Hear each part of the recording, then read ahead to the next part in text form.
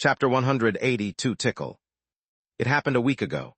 The day had started like usual, with Senton and Renat opening the front shop while Zekel heated the forge to take care of the repair jobs. Because of the plague panic, most villagers and farmers were already armed to the teeth, making his business slow. Except for travelers and local hunters, no one bought his weapons, leaving him with only menial jobs to do. Zekel wasn't a greedy man, so that kind of quiet life didn't bother him much. Repairing farming and kitchen tools was an easy and quick job that allowed him to cover for the daily expenses. It also left him a lot of time to hone his skills and teach Senton all the secrets of their trade. After getting married, the boy had bloomed into a man, taking his responsibilities much more seriously than before. While in the past Senton would try to complete his tasks with the minimum effort to go out and goof off with his friends, now he put his utmost dedication in every piece he worked on, never being satisfied with the result, and often asking his father for advice. Such change of attitude had made Zekel really proud of his son. All the yelling at him for his laziness and the wax upside his head were just a bad memory. Now he didn't have to worry any more about what would happen in case he died. The shop had remained empty most of the day, so when the closing time neared, Zekel sent Renat and Senton back home while he finished cleaning the floor.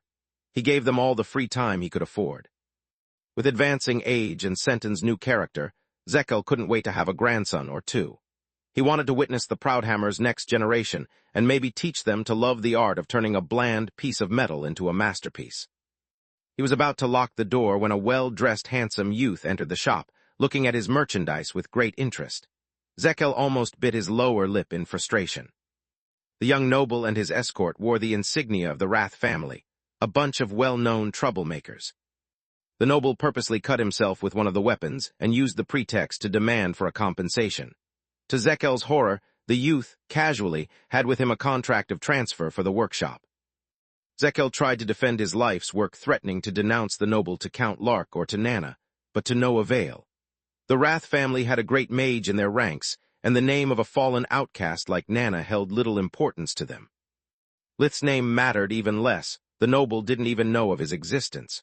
Fearing to lose everything and his family, Zekel had almost signed the document, but a firm hand stopped him. It belonged to Captain Locrias of the Queen's Corps, dressed like a country constable and royally pissed off. He and his team had managed to remain incognito for months, and now the idiot had forced their hand, blowing up their cover. "No need to sign anything. This man is under arrest," said the captain with a sigh. "How dare you? You don't know who I am." "I think I do." Vicaros, the liaison with the Mage Association, had collected intel about him since the moment the noble had stepped into Lucia. "You are Tikkun Wrath, second son of Baroness Wrath, with pending charges for murder, rape, arson, and embezzlement of taxes. You sure like to keep yourself busy, kid." "My family, what about my family?" Zekel was still panicking. "Your family is safe," Locrias said. "All of Lord Wrath's men are already dead. Now it's his turn." A small dagger appeared in Locrias' left hand, while the right one was holding Tikkun's collarbone with the strength of a vice. "You can't do that." Now it was Tikkun's turn to become pale and to panic. "I demand a fair trial." Zekel sighed with relief, but suddenly fear reappeared on his face. "He is right, you can't kill him.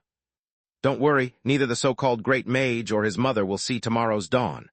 The knife plunged into Tikkun's chest, piercing his lung and heart, instantly killing him. "What have you done?" Zekel screamed, while the corpse fell to the ground with a thud and a thick dark pool of blood spread on the floor. "Good sir, I'm Captain Locrias of the Queen's Corps. You have no reason to be afraid anymore. You and your family are under our protection," he said, puffing his chest with pride, feeling wronged by the artisan's lack of trust. "Glad to hear it, but that's not what I'm talking about. You could have killed him out of here, or at least give me the time to put a carpet on the floor. The bastard shit himself dying. Between this stench and the blood stains, no one will enter my shop for weeks. Luckily he used a magic something to make the corpse disappear and clean my floor." Zekel was all laughs and smiles, like it had all just been a bad dream.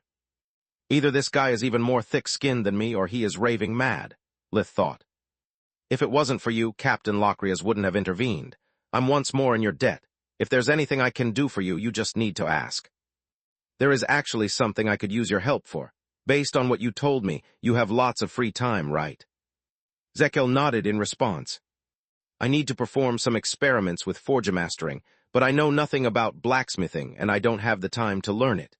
I'd like you to provide me the things listed here. Lith handed him a piece of paper that Zekel read immediately. That's a lot of stuff, kid. They are all common items, though, so I can make them relatively quickly. Give me a couple of days. I just need a first batch. There is no need to rush it. I'm willing to pay you for your work. Not only had Lith asked for many things, the quality of their materials also varied from poor to very good. Before receiving the crown's reward for the plague, he could not have spent so much money without affecting his family's quality of life. Also, his experiments required soulless tower form to be conducted, and he never had the opportunity to use it again since the first trimester's break. The work is on the house, but I'll have to charge you for the materials. Some are quite rare, and I can't afford to have an empty warehouse. Lith didn't want to abuse his gratitude, so he promptly closed the deal with a handshake. After leaving Zekel, a call to Count Lark allowed him to make sure that the Wrath family wouldn't bother anyone anymore. They had all been arrested several days ago, and their properties assigned to a newly promoted household. Lucia had always been a quiet village, but since the Corps officially showed their presence, the worst crime that would take place was a kid stealing a fruit or a candy. After Gareth's death, Tista had learned her lesson. Now her suitors knew by experience that her no meant no, while lightning bolt meant, never approach me again. Lith spent the first part of the morning catching up with his family, before attempting to contact his teammates again. I can't call Quilla, she is still not over her crush and I don't want to give her false hope. Freya and Uriel are off limits too, they are likely to be traumatized, and I fear their reaction after I basically ghosted on them until it was too late. This leaves me only one option. Lith used his communication amulet and called Floria, who responded immediately. Sorry for never returning your calls, she apologized. I spent most of these last 2 days in the bed. Lith inwardly sighed with relief. She didn't seem to be mad at him, which made it even harder to say what he had to. I'm glad to see you are all right, and the fact that you answered so quickly means a lot to me. Yet I think you should wear something besides a white nightgown before picking up your amulet, he said, diverting his eyes like a true gentleman. In the new world there were no underwear, and with the increasing summer heat, she was wearing a thin cloth while sitting cross-legged as always. Floria emitted a high-pitched scream while the amulet made a thud sound, like it had been tossed away. Only after a minute or two Floria's image reappeared, this time wearing the Academy's uniform. Even the hologram couldn't hide her beet red color. What did you see? She asked with the cutest and most feminine voice he had ever heard her talk with. Almost nothing, Lith lied through his teeth. I swear it on both my brothers' heads. The answer seemed to calm her a bit, allowing them to resume their conversation. How are you feeling? He asked. Embarrassed, I mean terrible. I barely get out of my room. I feel guilty not taking care of Uriel and Freya, but I already have too much on my plate. Uriel is at your house. Floria nodded. He and his father. Our dads think that having shared a similar experience, they can help each other overcoming their trauma. That's a great idea. Lith, too, remembered how he had needed therapy back on Earth to try to get better. Too bad he never managed to find a murderer's anonymous association. Why don't you call them too? I'm sure they would appreciate the thought. Floria, let's be honest, when it comes to feelings, I'm a bull in a glassware shop. I'm afraid I would only make things worse. After a bit of small talk, Lith closed the call and went into the Tron woods for his experiments. Until Zekel provided him with the items he needed, he could still practice on rocks or study the boxes more. After reaching the Mana Geyser, Solus was able to take her tower form, revealing that the first floor was almost completely rebuilt. Alas, almost. Once inside, the access to the upper floor was still barred by debris. Sorry, I have no control over any floor until it's complete. I do not know why. Months had passed since Lith had actually heard Solus' voice instead of her mind, yet he didn't miss the change. Solus, your voice has become much clearer and more human-like than before. I can even hear some kind of accent, even though I don't recognize it. You noticed? He could feel her joy in his mind. She was walking on air. That's why he avoided adding that it was hard not to, since her previous one sounded like a customer service answering machine. And that's not the only change, Tada. The tower's walls started to glow of a faint radiance. The light slowly detached from the stone, forming a wisp the size of a tennis ball that started to spin around Lith's head. Now not only can I accompany you, but also you have someone to talk to instead of looking at the walls or the ceiling. It's a great news, is it, Solidor? I wish, Sola sighed, it's just light.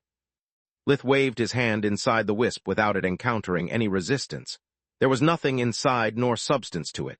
It was indeed just an oversized firefly. Solus started laughing out loud, surprising him quite a bit. "I like your attitude. I was afraid you would get even more depressed and—" "Stop that," she cut him short. "It tickles." Chapter 183, Crucible. "It tickles," Lith echoed her words. "Do you mean you can actually feel my touch?" Solus froze for a second. The sudden realization was overwhelming her. "I can, by my maker, I can feel it. I'm not just a piece of rock." She started to move all around the room, passing through the walls, the ceiling and the furniture of the rooms, even going outside before returning back to Lith. "That's odd. I don't feel anything by touching something inside the tower nor external objects. It seems to work only with you. Perhaps it's because this new form of yours is still too weak. Remember that we share a body and mind link that makes our interaction unique." The wisp moved in front of Lith, touching his forehead. "You are right," she said. "It's a bit faint, but according to your memories, this should be the sensation of skins touching. I can also sense your warmth. What about you?" It took Lith a while to realize that, albeit small, the wisp emitted a faint warmth. "Same, Solus, can you please lower yourself a bit?" She had just moved at his chest's height when Lith embraced the wisp with his arms. "How do you feel now?" "Like it's the happiest day of my life." Her voice was wavering, and even if she didn't have tears to cry for once, Solus didn't care about it. No matter how small, she would treasure those sensations as long as she could. They remained like that for several minutes. It was the first time for Lith to experience happiness from the contact with someone that wasn't a member of his family. It felt odd but natural at the same time. He could also perceive all the strain weighing on her mind, being relieved bit by bit. You wouldn't be in hot waters with your friends if you were so thoughtful with them too. When one hits rock bottom, even the smallest gesture makes a world of difference. Despite her words being true, Solus had ruined the moment for Lith, but she realized it too late. Lith let her go and proceeded downstairs towards the Forgemastering lab. Her comment had brought him back to reality, reminding Lith how little time they had at hand. "Our biggest issue with Forgemastering is that it's a complex and profound discipline. Once I understand how a fake spell works, I can turn it to true magic and improve it as far as I can imagine it. The same doesn't apply to Forgemastering. So far I only managed to obtain with true magic the same effects as items enchanted with fake magic already have. We must find a way to take our Forgemastering to the next level, otherwise the specialization will be useless. If I can't achieve an edge over fake mages by forging my own equipment, I can as well as drop this discipline, buy what I need, and invest my time in fields where true magic actually makes a difference."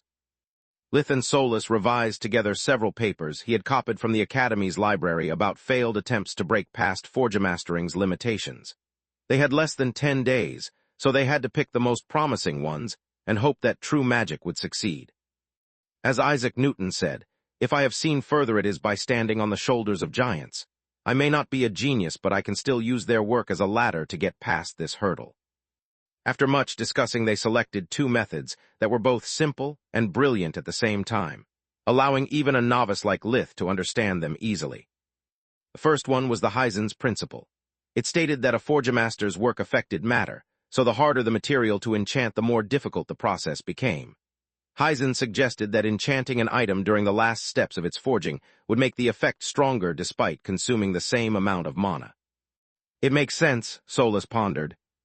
"We have seen how enchanting an item requires creating a pseudo-core and carving with magic, the runic pathways necessary to keep the core stable and prevent its stored energy from leaking. By working on something close to its melting point, it should offer less resistance to the magic flow." "Yeah, that's what Heisen said and attempted multiple times before giving up," Lith pointed out. According to these papers, his experiments managed to produce a small number of enhanced items, but he never understood why all the others would blow up in his face. After losing his arms for the 5th time, Heisen declared the process a failure. "Do we have a safe room? I like my arms as they are." The wisp representing Solus' consciousness flickered a few times, while the tower trembled lightly.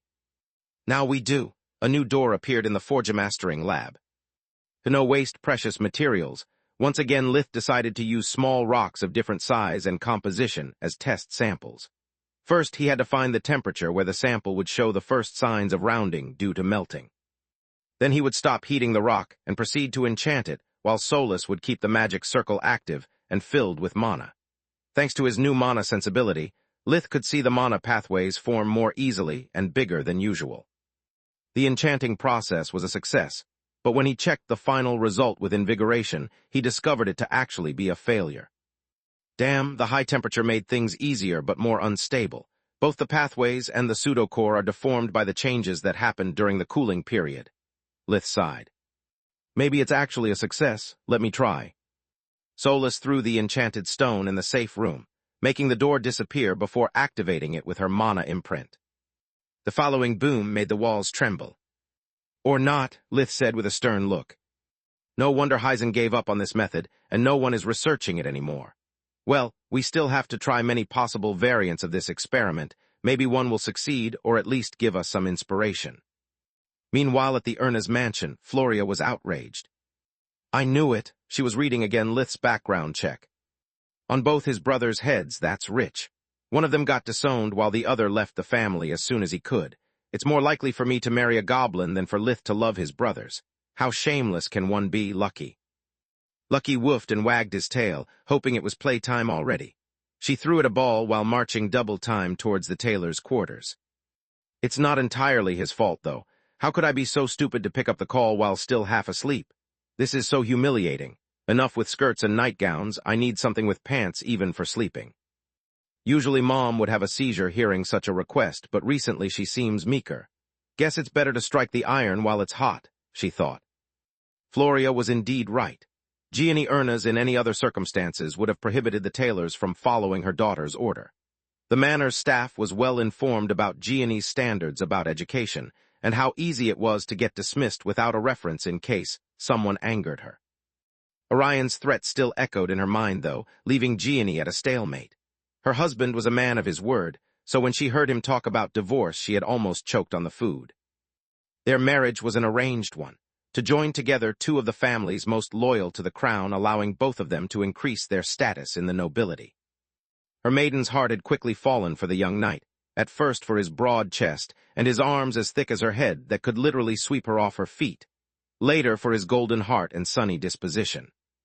They were still deeply in love with each other, hence she was unable to understand why her children couldn't trust her to find a suitable partner like Gianni's parents did for her. Gianni was too scared at the thought of losing her husband to squabble over small stuff, giving Floria what she wanted. I don't know what's wrong with kids these days, she complained to Rose, her lady-in-waiting. Making such a fuss about an insignificant matter like murder, blowing it out of proportions. I killed my first man at 6 years of age, mastered the art of torture by 12, and yet I grew up as a refined, delicate lady. Right, Rose. Of course, your ladyship. Rose swallowed a lump of saliva. She knew all too well how her mistress could butcher a whole family without ruining her appetite for dinner. There were many words she could use to describe her, but delicate wasn't among them. After 5 days, Lith's experiments had yet to bear any fruit. To avoid deformations in the pseudo-core or in the mana pathways, he had tried to quickly cool down the samples as soon as the enchanting process was over. The final product would be much better than normal, but also extremely volatile, almost killing Lith in the resulting explosion. Then he had tried working with higher temperatures, discovering that the sample would reject his magic, wasting all his time and effort. At lower temperatures, he would simply obtain standard quality items. Even working on the materials that Zekel provided him, the results were always the same. The quality of the sample was irrelevant for the forgemastering process, at least at Lith's level of comprehension. Damn it, Heisen's principle is an utter fiasco, he thought. Using true magic to keep the enchanting process until the sample cools down only resulted in a handful of dust. No matter its quality, inanimate matter doesn't seem able to withstand so much magical energy for a longer period. At least it didn't blow up like all the other experiments, Solus sighed. They hadn't much time left and were still at square one. Thanks to warp steps, Lith could now come and go from his house without losing his tail first. Despite the constant use of invigoration, both him and Solus were running on fumes. Forgemastering required massive amounts of mana, even for normal enchantments.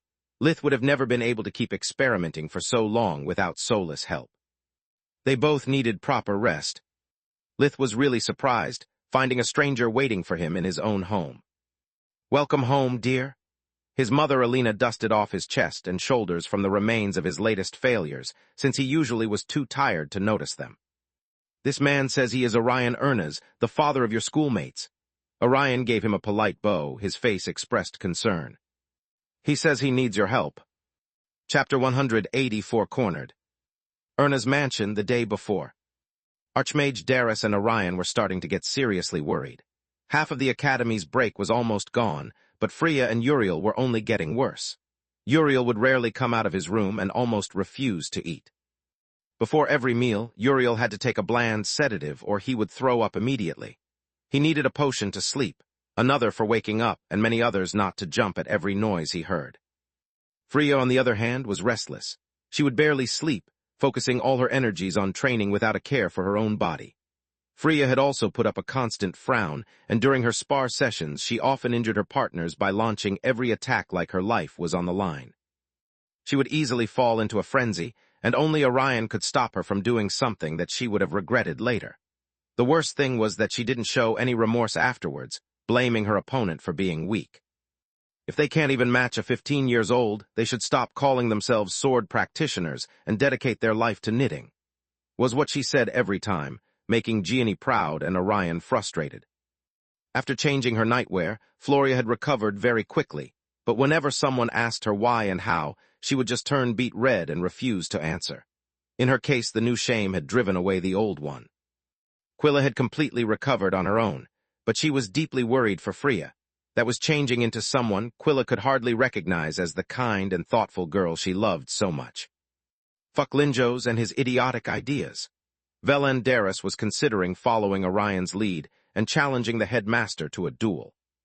He turned my poor son into a larva, and to add insult to the injury, his group was the only one facing that trial. If only they reached the goal second, this would be someone else's problem. He sighed. "This is partly my fault, too. After all his siblings grew up as profligate, spoiled brats, I was so afraid of being hurt again that I always kept my distance. All these years, I kept myself so busy with my scheming and experiments that I never established a proper father-son relationship with him, more like master-apprentice. Now he doesn't see me as a worried parent, but as a disappointed teacher, so my words are unable to reach him. If Uriel doesn't manage to snap out of it, my son's career is as good as over." Orion poured an amber-colored liquor in 2 glasses and then offered one to his fellow sufferer. It was the New World's equivalent of whiskey. "I have your same problem. I managed to catch Freya off guard right after the exam and she opened up. Now she refuses to listen to me, though. It's like talking to a wall. If I send her back to the academy, she is bound to get expelled because of her violent behavior. She doesn't trust me enough to share her burden with me, and I can't blame her for that. I was so busy with my duty that even the few times I was at home, I just checked that Gianni wasn't going overboard and left without even saying goodbye. In hindsight, leaving my new daughters so much personal space was a mistake. It grew into a gap that I don't know how to cross over. That's why I was thinking of asking their friends for help." "What friend? Are you talking about the Lick?" Velen curled his upper lip in disgust. "What Lick?" Orion almost jumped from his chair hearing that word. Licks were the kings and emperors of the undead, mages that had sacrificed their humanity in exchange for infinite life, allowing them to hoard infinite knowledge and power. "You should really work less and attend more to social events. That's how the little Lith of Lucia is known among the nobility," Velen explained with a worried look. He appeared out of nowhere, with a ridiculous baggage of knowledge and experience for someone his age. Some of my friends that worked together with him during the plague reported that he is a ruthless killer capable of intimidating even veterans, and has displayed a terrifying mastery of darkness magic, hence his moniker. "I think your wife could take a liking to him." The simple thought sent a shiver down Orion's spine. I ran a background check on him, but it never reported something so extreme. Nonetheless, I know by experience that traumatized soldiers have an easier time opening up with their comrades. Maybe they will listen to him. With no other option left, Orion used his royal pass to access from the personal gate of House Ernez to the Mage Association's branch located in Dirios, the capital of the Marquisate where Lith lived.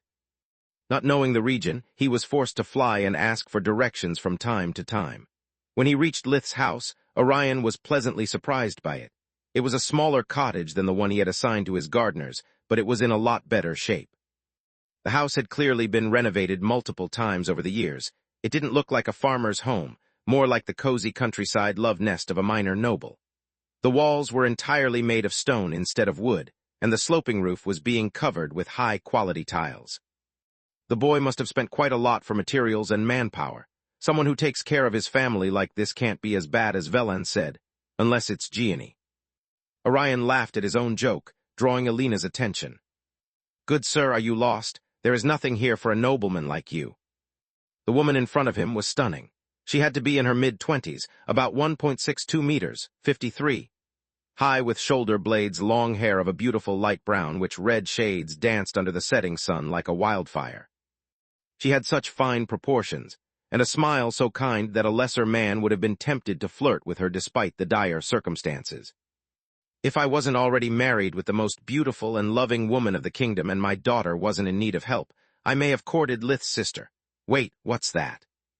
The contrast between Alina's gentle voice and the long black stick she held made it appear even more ominous.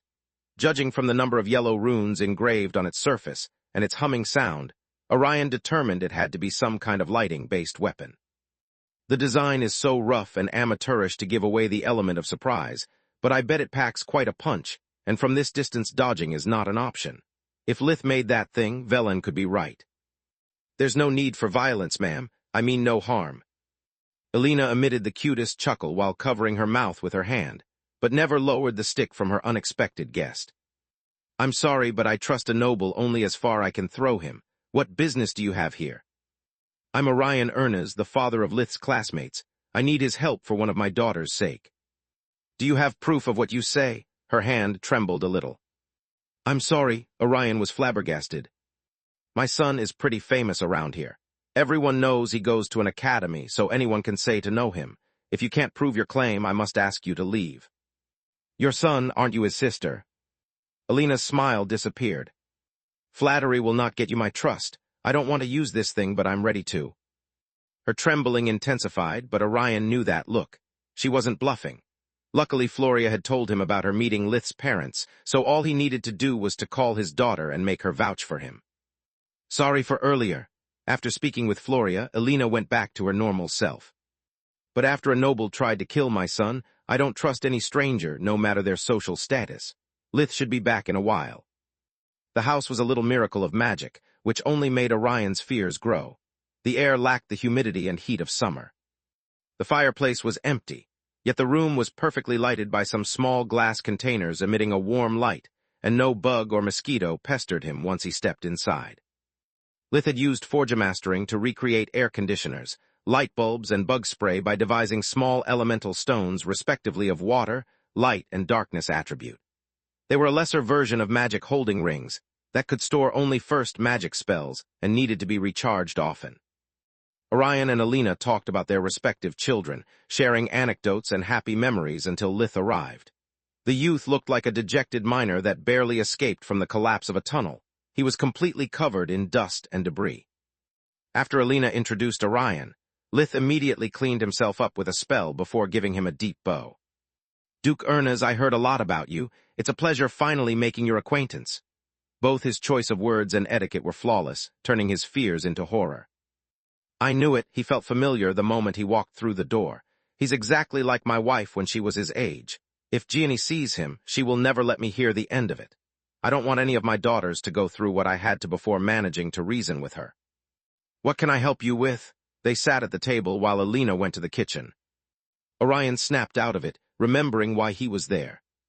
"Well, as you surely know, both Freya and Uriel are in a bad shape after the second exam.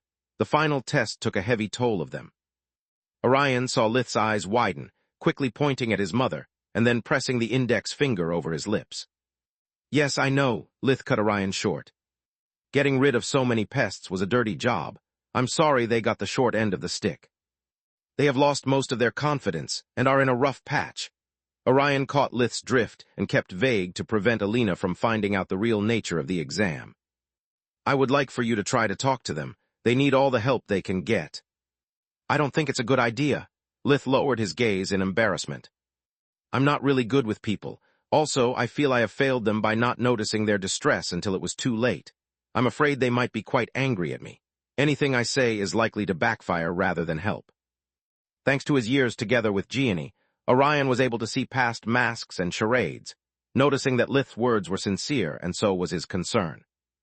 "If you really feel guilty, you should go," Solus said.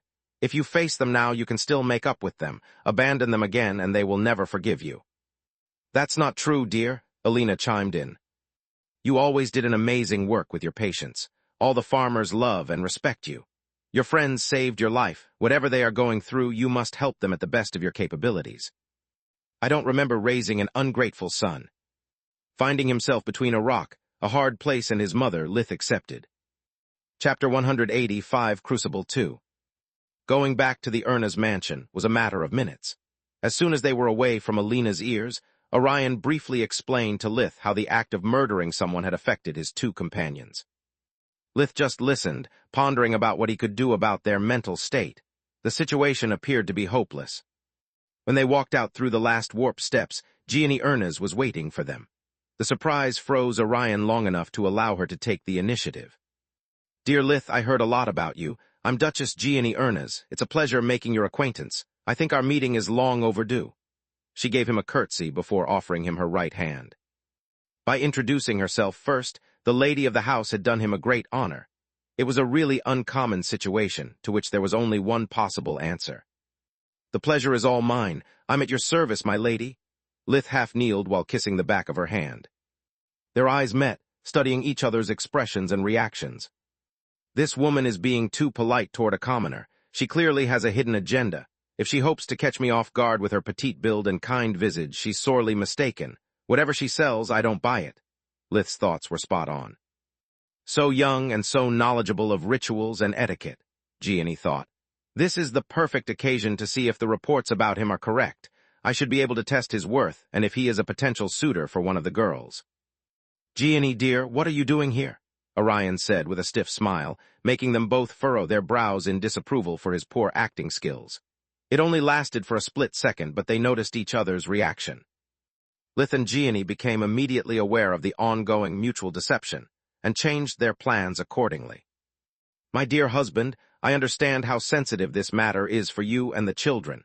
I just wanted to introduce myself to our esteemed guest. He must know how grateful we are for his help in times of need." Her voice was worried, but her eyes were hard as steel. Which translates into, "I don't trust putting my family in the hands of a stranger without letting him know he cannot afford to screw up." Lith's interpretation was once again correct. "I'm grateful for your trust, my lady. A true friend can't remain idle when you ask for his help. I'll do the best that I can, it's all that I can promise you." Lith's voice was kind while his eyes were cold. Like Gianni, he kept up the polite facade but didn't try to fool her anymore.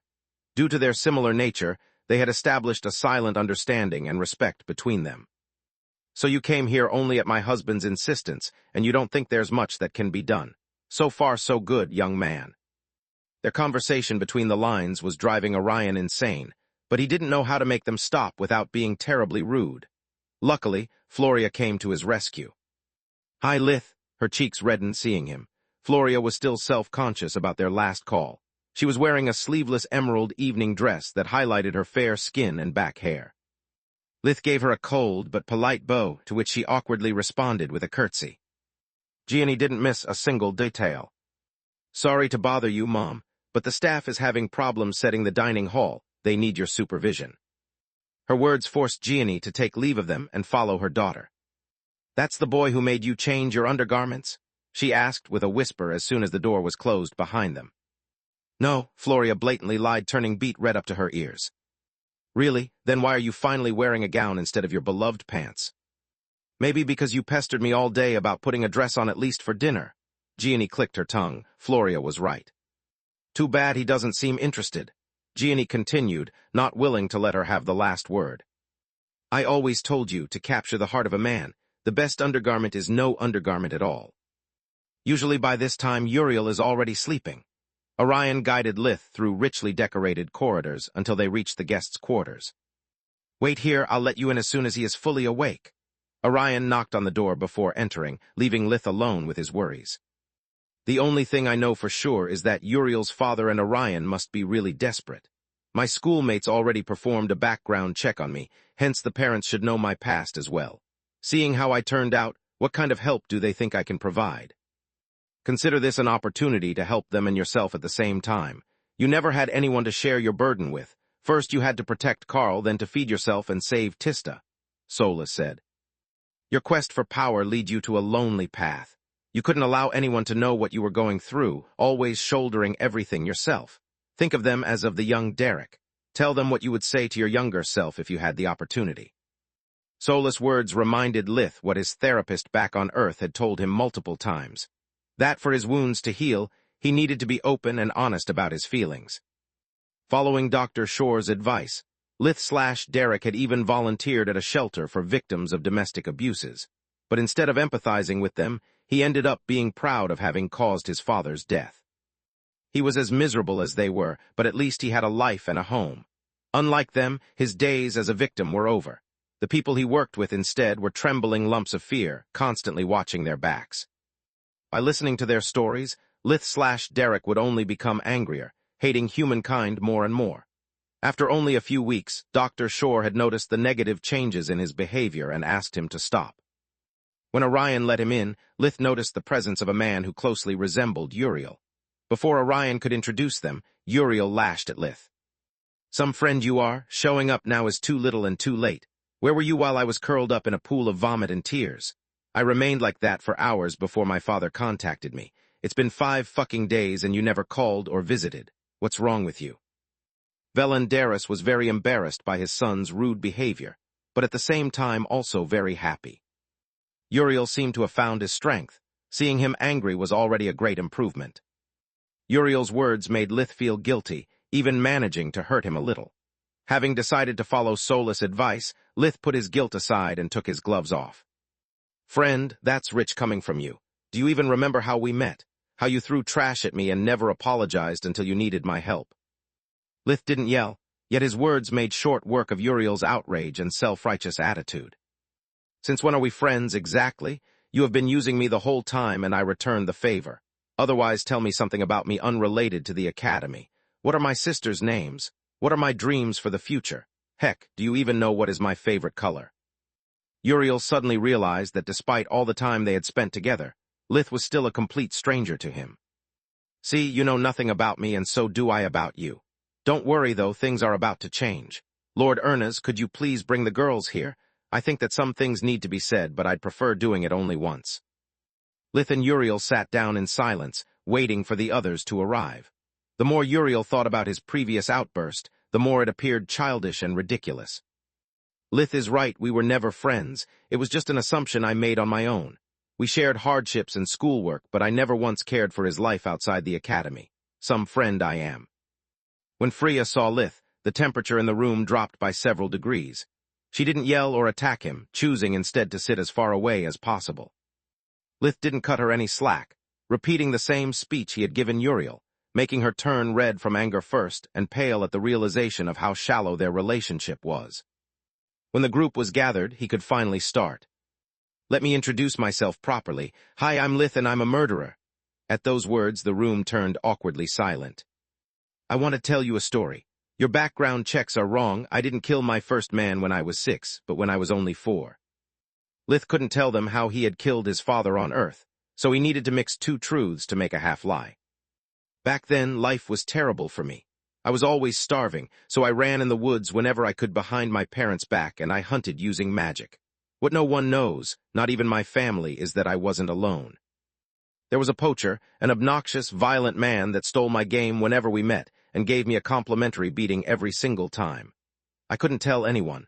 I was too ashamed of my weakness and afraid my parents would lock me in the house, so I made up excuses to keep them from discovering the truth and keep hunting. I endured it for months, until one day I managed to catch a few white rabbits.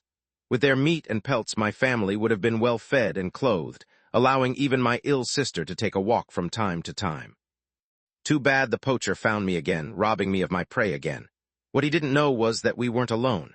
A magical beast had been following me too, and when he walked away from me, I decided not to warn him. Lith's eyes became watery thinking back at his father, at how much he had to suffer before those wet stares did the dirty work for him. While the beast devoured him, I didn't call for help nor did I attempt to drive it away. I just took back my game and stood watch to make sure that the poacher would never harm me ever again. I may have not killed him directly, but I consider him my first victim." Seeing all his friends sniffling with watery eyes, Lith shook his head. "I'm not trying to belittle your suffering. This is not a measuring contest about who had it rougher. I just want you to know me, the real me, before giving you an unsolicited piece of advice." He took a deep breath, watching each of them in the eyes. "Freya, Uriel, you two have killed someone. Maybe because you felt pressured by the Academy, or simply because after killing so many monsters it seemed the right thing to do. It's not up to me to judge. Floria, Quilla, sooner or later you'll kill someone too, either out of self-defense or because it's your duty. When that moment comes, please remember my words. Life is a cruel crucible that breaks us apart over and over, forcing us to put the pieces back together. Sometimes we come out of it stronger, sometimes weaker, and most of the times there's so little we can do about it. Failure is not falling down, it's not getting up. I couldn't share my burden with anyone. How could I say to my brother, to my family, that our happiness was built on the death of another man? You are not like me. You have a lot of people that care for you, that know of your struggle and are willing to help. I don't know how long it will take for you to recover, but you don't have to face this alone. Instead of walling everyone out like I did, try to accept the hands they are offering to you. Otherwise you'll end up like me, and believe me when I say it's not pretty at all. I am missing so many pieces, I'm mixed with so much shit that I barely feel human anymore. Do whatever you want with your lives, but remember that today I gave you a part of me and a choice I never had." Chapter 186, Crucible 3. With his new body, Lith was capable of lifting an adult with one hand and of running as fast as a magical beast for several minutes before getting tired. Yet after giving that speech, he was already panting. Speaking those words out loud had been one of the most difficult things he had ever done. Opening up, willingly showing his weakness, it went against everything he lived for during his past 3 lives. It was the closest thing he had ever done close to self-injuring himself, forcing so many old wounds to open up and bleed in public. He still had so many things that he wanted to say, how he envied every single one of them, even Quilla, for being born with talent in a world that gave them limitless potential. They were so young while he felt so bitter and old. They could take whatever path they wanted in life while he was struck on a one-way railroad. I already said too much. If I keep going, I'll do more damage than good to them. Unlike me, they are really children. Their minds are still frail. They need time to really understand what they have just heard. Everyone in the room was crying, even Lith and Solus. She had no tears to shed, yet Lith could perceive her suffering like he did for those physically present. Unlike them, though, that were temporarily being swayed by fleeting emotions, Solus was also happy for the small, painful step forward Lith had just taken. "I think we are done here," Lith said, wiping away the only 2 tears he had shed. "I won't outstay my welcome, so I'll take my leave." He walked out of the door without turning back, until he felt a small body hugging him from behind. "I'm so sorry for saying all those things back then, about you hunting and killing people being cool." Quilla was bawling her eyes out. "I never stopped to think how hard such a life had to be on you. Despite having gone through so many hardships myself, I could only picture you like one of those heroes from my books, capable of shrugging everything off with a smile.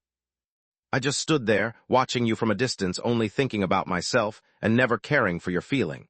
If there's anything I can do for you, even if you only want to talk, just say the word."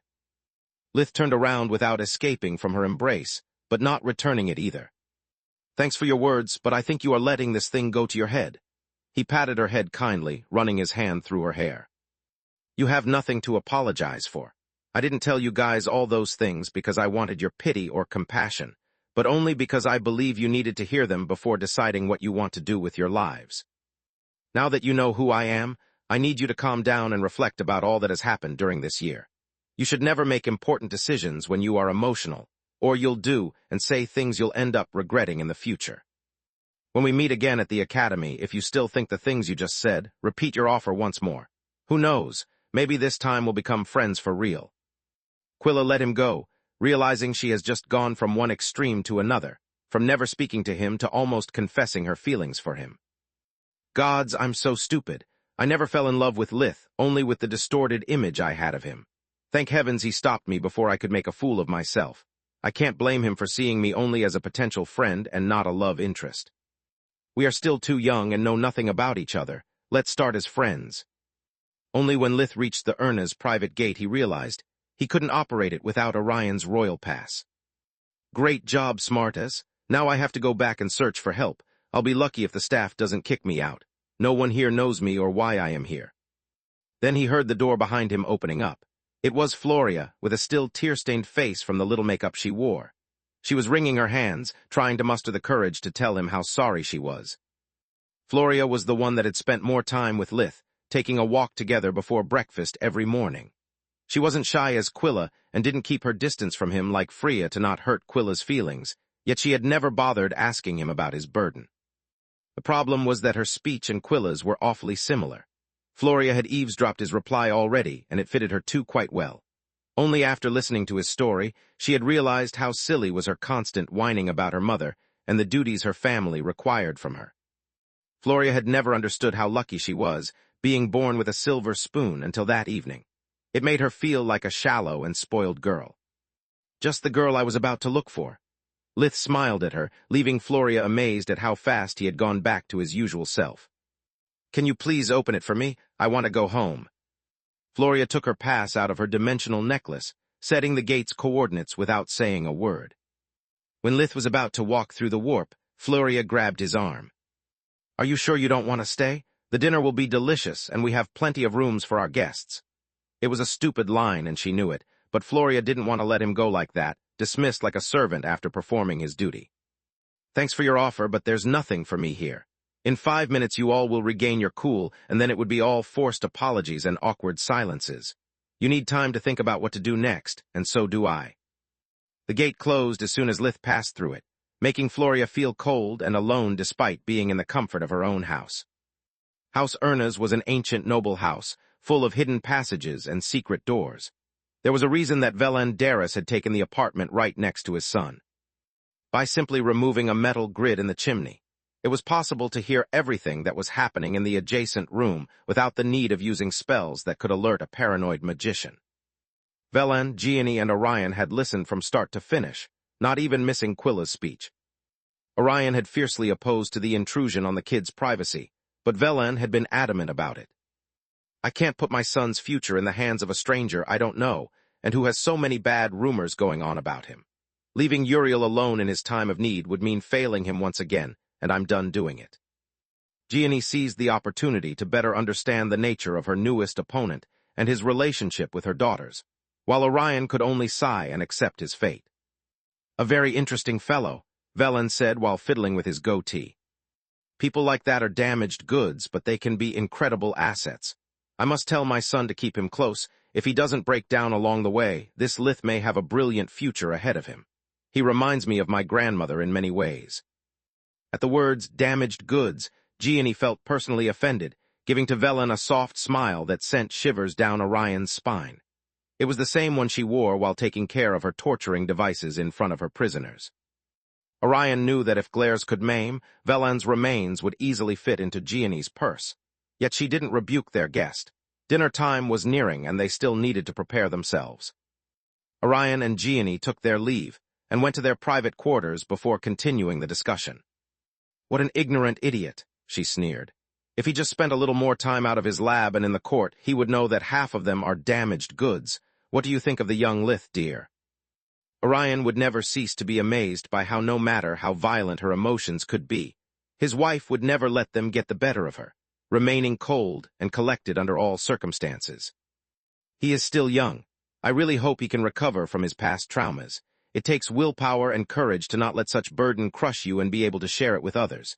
He can become a great friend to our girls and an asset for the crown. That's not what I was talking about. Gianni started to pick up a suit for him, since Orion was still deciding on the tie. Quilla is not very attractive yet, but she has a lot of talent and seems to really care for the boy. Freya acts tough, but she wouldn't be so mad at him if she considered him just a stranger. As for our little flower, any boy that can make her blush is better than all those we have introduced to her so far, not to mention how she ran after him after a bit of hesitation. When we bring him into the family, we must be certain about who to match him with. A happy marriage is all about compatibility, like it happened for us. What do you mean with when? After arriving back to Lucia, Lith didn't go home going straight for the Tron Woods. The recent events had taken a toll on him, and he felt the need to remain alone. Mom thinks I'm away, so she will not worry. Besides, if anything happens, she always has the communication amulet. Solus and Lith went down to the Forgemastering lab to experiment on the second method. Lith was still tired, but invigoration could make up for it, and with his mind in turmoil, he felt the need to bury himself in his work. According to Ganswell's theory, the best way to overcome Forgemastering's limits was to use a second magic circle. The normal enchanting processes required only one magic circle to store the runes and collect the mana necessary. It was the Forgemaster's duty to provide the energy necessary to force both runes and mana into the item, by exerting a magical force superior to the one the magic circle stored. If the condition wasn't met, the enchantment would fail. That was the reason why a Forgemaster's creations could never exceed his own mana capacity. Ganswell hypothesized that by using a second circle instead of their own mana, Forgemasters could team up and produce superior items. His work had raised great expectations, since using more than a single circle was already a standard procedure, although it served to better contain the magical energies rather than to make them clash. In the end, Ganswell's theory had been discarded because it never bore any fruit. Filling two overlapping magical circles with mana would make them unstable. The conflicting energies would damage the circles and dissipate too fast for any enchantment to succeed. After a few attempts, Lith and Solus discovered that neither Solus's tower using invigoration to keep the circles powered up nor Lith using true magic to speed up the process was enough to succeed. "The night is still young," Solus sighed. "Do you want to get some sleep or do you prefer to pick a third method?" "Neither. I think I have a solution." Chapter 187, Silver Lining. The reason we are struggling so much with things like alchemy and forgemastering is because we got it all wrong. Since we have stepped into the academy, we have been looking at the problem from the wrong angle. Fake magic and all its branches are strict, full of rules and boundaries that the mage can never overcome.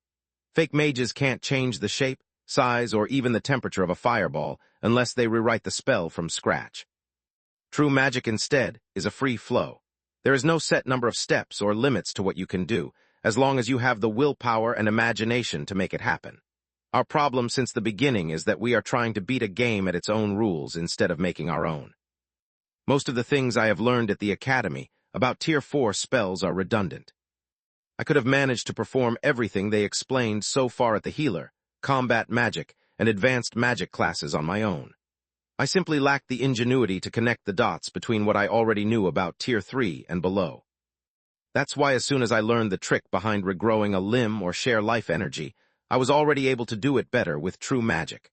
Forgemastering, though, is something I am deeply ignorant about, hence my mistake. Instead of focusing on runes and circles, I should have tried to understand the logic behind the mana pathway's number and positioning. I should have studied what kind of form and properties a pseudo-core needs to grant the enchanted item its effects. Once I have achieved that, I will not need any rune or chant. I will just have to carve the pathways and then create the proper pseudo-core. "I think you are right," Solus Wisp said. "I should have thought of it when I managed to create my own magic circles without using Professor Wainmeyer's special ink. If we don't need the ink for the circles, there's no reason why it should be any different for the runes, too. By my maker, how could I be so slow on the uptake?" "Don't be so harsh on yourself, Solus. You are indeed the smarter one, but it's over 1 year that you are suffering from depression because of your condition. Not to mention how you are always taking care of me, managing my social life, and helping me with magic. You know, I think you are one of the kindest persons I have ever met." Solus Wisp spun around out of joy. Being referred to as a person instead of a thing was what made her happy the most. Lith sensed it and found himself thinking out loud. "Do you know a funny thing we have in common? We have yet to find out what exactly we are. You are not an artifact because you have a mind of your own, nor a cursed item. While I seem to have the body of a man, the morals of a beast, and the soul of an abomination." Solus liked the idea of their bond being beyond their symbiotic relationship, much less the gloomy turn Lith's thoughts were taking, so she hurried, changing the topic. "What were you saying about forgemastering? That we can skip Ganswell's theory and work directly on pseudo-cores?" "I wish," Lith sighed. "It would require a massive amount of knowledge and experience that we are sorely lacking at the moment. Until I manage to put my hands on a variety of magical items and study their properties, we are stuck using fake forgemastering. Now that we know the rules of the game, though there are some that we have to obey, some we can bend, and other that we can ignore by cheating. Let me show you." Lith placed on the Forgemastering table one of the cheap rings he enchanted into dimensional items, while Solus used Invigoration to draw in the world energy, and used it to fill with mana the rings surrounding space. Then Lith took out from the pocket dimension one of the many small hammers he had Zekel prepare for him. It had a metal head and a wooden handle, the kind one would use to knock a nail in a wall. I had actually planned to enchant them into weapons for my family, but they should work just fine for my experiment too.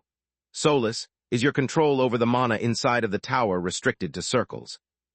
No, it's just the way I'm more used to project it, since we always followed Forgemastering's canons. Okay, I need you to imbue the hammer I'm holding with a little bit more mana than the one stored in the circle. Solus had no idea what Lith was planning, but did as instructed. Such amount of mana was well below her capabilities. The hammer pulsed with a blue glow, emitting a low buzzing sound. Lith focused on the mystical energies, making them submit to his will and take the form of the first rune before making them clash with those contained within the magic circle. Sparks flew all over the lab, while the conflicting energies generated a cyan burst of light that almost blinded Lith. Each strike produced a new burst of light, carving another rune inside the ring that created mana pathways wider and stronger than Lith ever had. The brief contact allowed the mystical energies to remain stable, but took a huge toll on the tool and its wielder. At the third rune, the hammer crumbled. The cheap materials were already under a lot of stress due to the highly compressed mana forced in their frame. Each clash was like slamming the hammer against an incoming train. Lith took out another, this time with a steel head and handle, that Solus once again filled to the brim without letting Lith lose his rhythm. Steel proved to be a better mana conductor, allowing him to shape the runes with less effort and lasting 5 hits.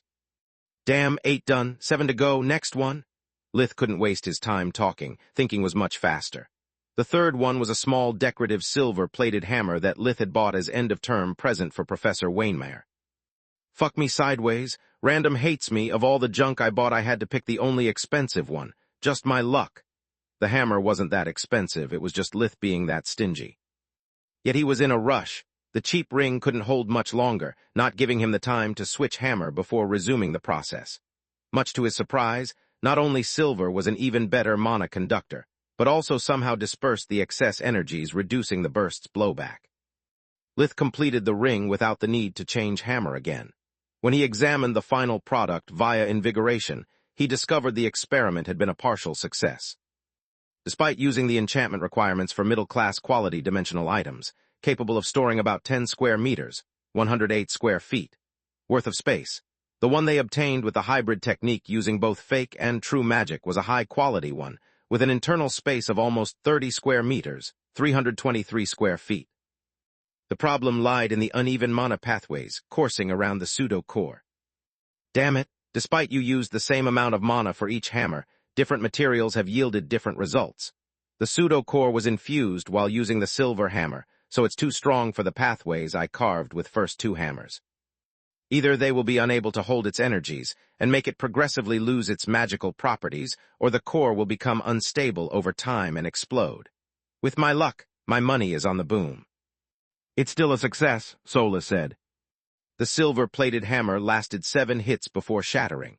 Maybe a silver hammer could last enough for all 13 runes, if not for more than one item. Maybe and maybe not, Lith sighed. Silver is a ductile and malleable metal. It could get deformed after a single rune, becoming useless. It's worth the try, but it will cost a pretty penny. Well, the good thing is that if we collect all the pieces, you can have them melted into a new hammer. Over the next few days, before the Academy's break was over, Lith performed countless experiments on several subjects. Following Solus' advice, he bought a silver hammer. While following Earth's RPG customs, he also bought a gold-plated hammer. Only the materials costed him 3 gold coins, but in all the video games he had played, gold items performed better than silver. Much to his disappointment, gold turned out to be a terrible mana conductor, not lasting even a single hit before getting pulverized. After cursing the creators of dungeons and looting for a while, he tried out the silver hammer. It allowed him to produce the first high-quality dimensional ring of his Forgemaster career. The impacts were more magical than physical in nature, so the hammer would get dented but not destroyed. Lith could use it several times before having it reforged. We either need a sturdier silver alloy or to enchant the hammer to make it more durable. Sooner or later Zekel will ask you what are you doing to reduce it in such a poor state, and you don't have a plausible excuse, Solus said. The more they learned about forgemastering, the closer Lith got to open the boxes. He never received a vision to show him that the future had changed, so had never forgot about them. Lith and Solus tried to replicate the synchronization effect they had experienced against the Scorpicore, when she had assumed her glow form the first time, but to no avail. The stone glove simply acted as a stone glove. Their bodies were linked, but their mana cores seemed to be miles apart and happy that way. He never received a visit or a call from his friends, and that left him quite dejected.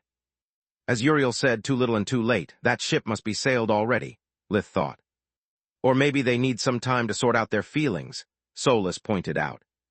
Uriel and Freya have some serious thinking to do, while the poor Quilla is probably still recovering from being friend-zoned like that. Floria is the only one that has no excuses at all. I thought she was better than this. After saying goodbye to his friends and family, Lith went back to the White Griffin Academy for the last trimester. Chapter 188 once more, with feeling. Going back to the academy felt a bit odd to Lith.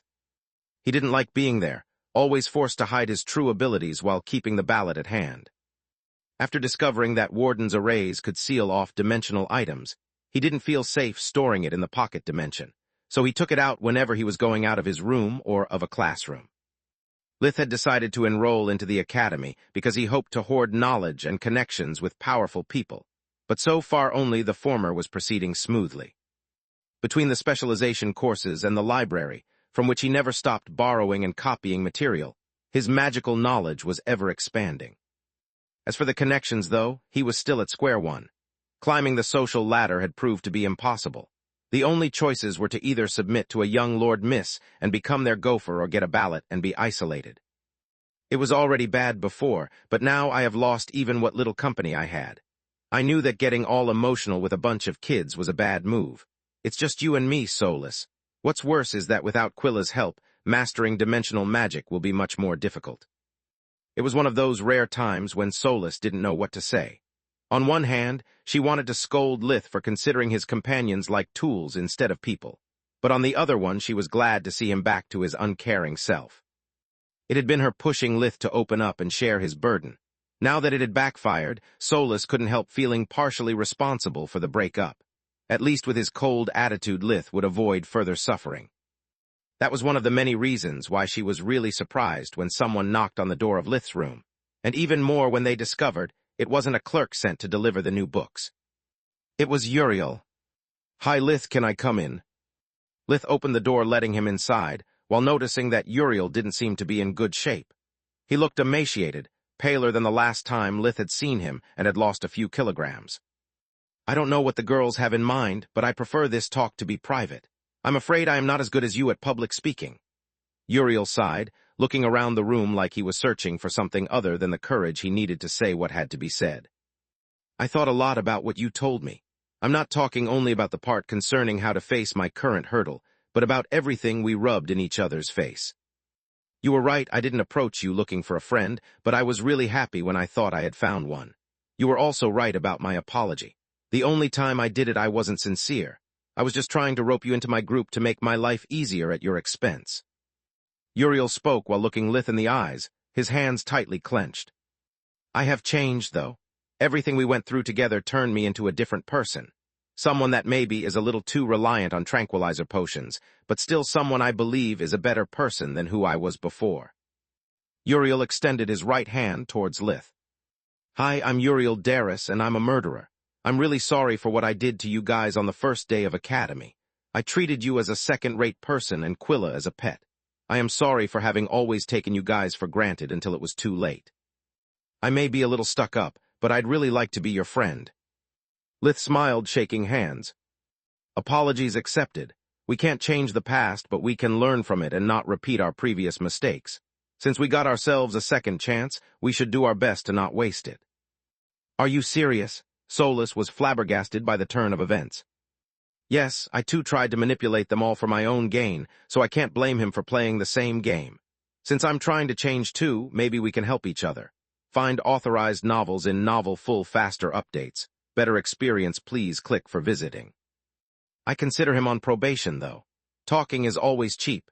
Uriel has to prove with his actions to have really matured, otherwise it would be like trusting a New Year's resolution at face value. Uriel was so happy that his face regained color, turning the handshake into a hug. "Thanks, man. I was really worried that you would just kick me out of your room. I've really been a shitty friend so far." Lith patted Uriel's back, waiting a couple of seconds before escaping the embrace. "You and me both, Uriel. I should have called you earlier." The sound of the first gong forced them to hurry towards the compulsory courses class. They had only 15 minutes before the start of the lessons. Using warp steps inside the academy was impossible, so they had to fly. At their arrival, the girls had already taken their seats, keeping a couple of empty ones for their missing companions. Lith was happy to see all of them smile at him, yet it left him wondering why they had never contacted him in the previous days. When the second gong resounded, Professor Nalar entered the classroom. Lith couldn't help but think that she had gotten even more beautiful, but his heart was at peace now. "If only I was 10 years older," he sighed, relinquishing once and for all his romantic dreams about her. "Welcome back, boys and girls. I'm glad to see that so many of you managed to pass the second trimester. This year's promotion rate is way higher compared to previous years, and that's good. Yet many of you have seen their grades drop compared to the first trimester, and that's bad. So I expect for you to work extra hard to make up for the lost time. Remember, perseverance and hard work are what real talent is made of." The class gave her a short round of applause for her kind words, to which she responded with a small bow. "Let's get started. Today I'm not here to teach you principles of advanced magic. We are done with that subject, at least for the 4th year. What I am going to introduce to you is something that every mage must know, since it's part of our everyday life. I'm talking about mana crystals. You have already seen them plenty of times, but probably you never stopped asking yourselves what they are. At the academy, there are mana crystals embedded in the tables of the canteen, at the prize hall, basically everywhere. Mana crystals light every room, provide fresh air where there aren't windows, and running water in your showers and toilets. Everything in the academy relies on mana crystals to work. During this class, I'll teach you what mana crystals are, how to find them, and most importantly, how to use them. In their raw form, they are just pretty, shiny stones. It takes a mage to refine them and harness their power, turning them into all-purpose tools. No specialization is needed to become a crystalsmith. Any one of you can become one as long as you have patience, precision, and steady hands. I'd add it's a well-paid job, but I never heard of an alumnus struggling with money issues. All mages' jobs are good jobs. The eyes of the students that had no specialization, or that had flunked them, already lit up with greed. First of all, what are they? Mana crystals are naturally formed minerals which hold an amazing quantity of magical power. How they form is still a mystery. We only know that usually they can be found in precise spots where wildlife thrives the most. They really have no idea the world is filled with magic power, Lith thought. Probably those spots she's talking about are like the mana geyser we use for your tower form, Solus. If I'm right, the world energy crystallizes over time into mana crystals.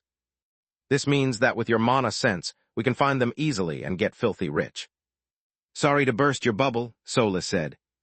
But both the mana geysers we know of have been squeezed dry by abominations. I doubt they left anything behind. Lith's dreams of wealth shattered, right when Nalar gave him another piece of bad news. Only the poor quality ones can be found in forests, woods, or oases. To get to the mother lode, one needs to go digging quite a bit. We don't know if magical beasts, plants, or monsters use the crystals too, leaving behind only scraps. What we do know is that mana crystal veins can be found underground, and that usually the deeper you go, the better the quality. It makes sense, Lith thought. Probably plants and beasts consume them to enhance their cores, or maybe they naturally absorb the world energy for triggering their evolution, and that prevents high-quality crystals from forming. Below the ground, though, the world energy not only should be more abundant, but also unused, so it can accumulate over time, forming the veins. It's like a bank for unspent energy. A mana crystal's purity can be easily assessed by its color.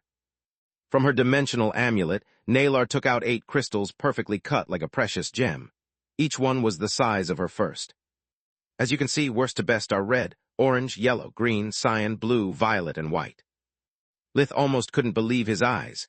Mana crystal's quality grade was identical to the one for mana cores, but with one exception. A white one? Does this mean that white mana cores actually exist? Chapter 189 once more, with feeling 2. Completely unaware of Lith's inner turmoil, Professor Naylor continued her explanation. Red, orange, and yellow are classified as low-grade crystals. These crystals are the most cheap and common. They hold the smallest amount of mana, and once it's consumed, they crumble to dust. They only have a limited number of uses as mediums for wardens and alchemists' most simple creations, while they are useless to forgemasters. Cheap, Lith was stunned by Naylor calling something worth dozens of gold coins cheap. My staff runs on a red crystal, and so did Uriel's array during the second exam. Even he was reluctant consuming one. I'd better ask him for explanations later. For example, red ones can be used to prolong the duration of an array or to grant its control to someone different from the caster. In the former case, the warden places the crystal inside the formation, giving it an extra mana reserve. In the latter one, the warden sets his imprint on the crystal while conjuring the arrays. This allows whoever holds the crystal to turn them on and off. Red crystals are considered to be dumb, since despite being imprinted, anyone can use them even against the warden's will. Orange and yellow crystals work the same way, but contain much more mana and are a little smarter. They can be imprinted multiple times, but only with the consent of the original caster. This makes them thief-proof, but using them for a one-time array is like using a fireball to kill a fly. The red, orange, and yellow stones disappeared in her dimensional amulet. This leaves us with the good stuff. Green and cyan crystals are classified as middle grade. They are used by alchemists only for their most powerful creations, while they are much more important for wardens and forgemasters. Middle-grade crystals not only contain a much bigger amount of mana, but they are also able to self-recharge over time. As long as they hold even a tiny speck of energy, they do not crumble. The recharging process can take hours, days, or weeks depending on the size of the crystal and its purity. A deep cyan stone recharges slower than a bright one. The more vibrant the color, the purer the gemstone is. The number of analogies between mana cores and crystals was making Lith's head spin. Thanks to this property, wardens can use them to make their formations semi-permanent. Fueled by a sufficient number of crystals, a defensive array can remain active always, since its mana expenditure is covered by the crystals that recharge themselves non-stop.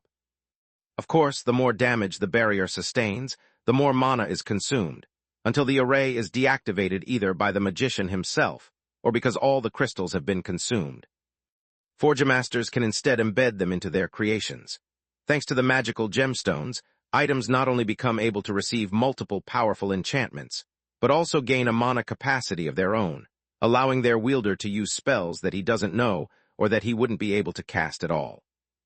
Naylor took out what seemed to be a miniature sword, little enough to fit the palm of her hand. 1 second later, it grew to the size of a long sword, with 2 shining cyan gemstones on its hilt. This is Professor Wainmeyer's most recent creation. For those who don't know her, she is our best resident forgemaster. This sword has been enchanted with multiple spells that allow it to shrink, to be sharper and sturdier than normal.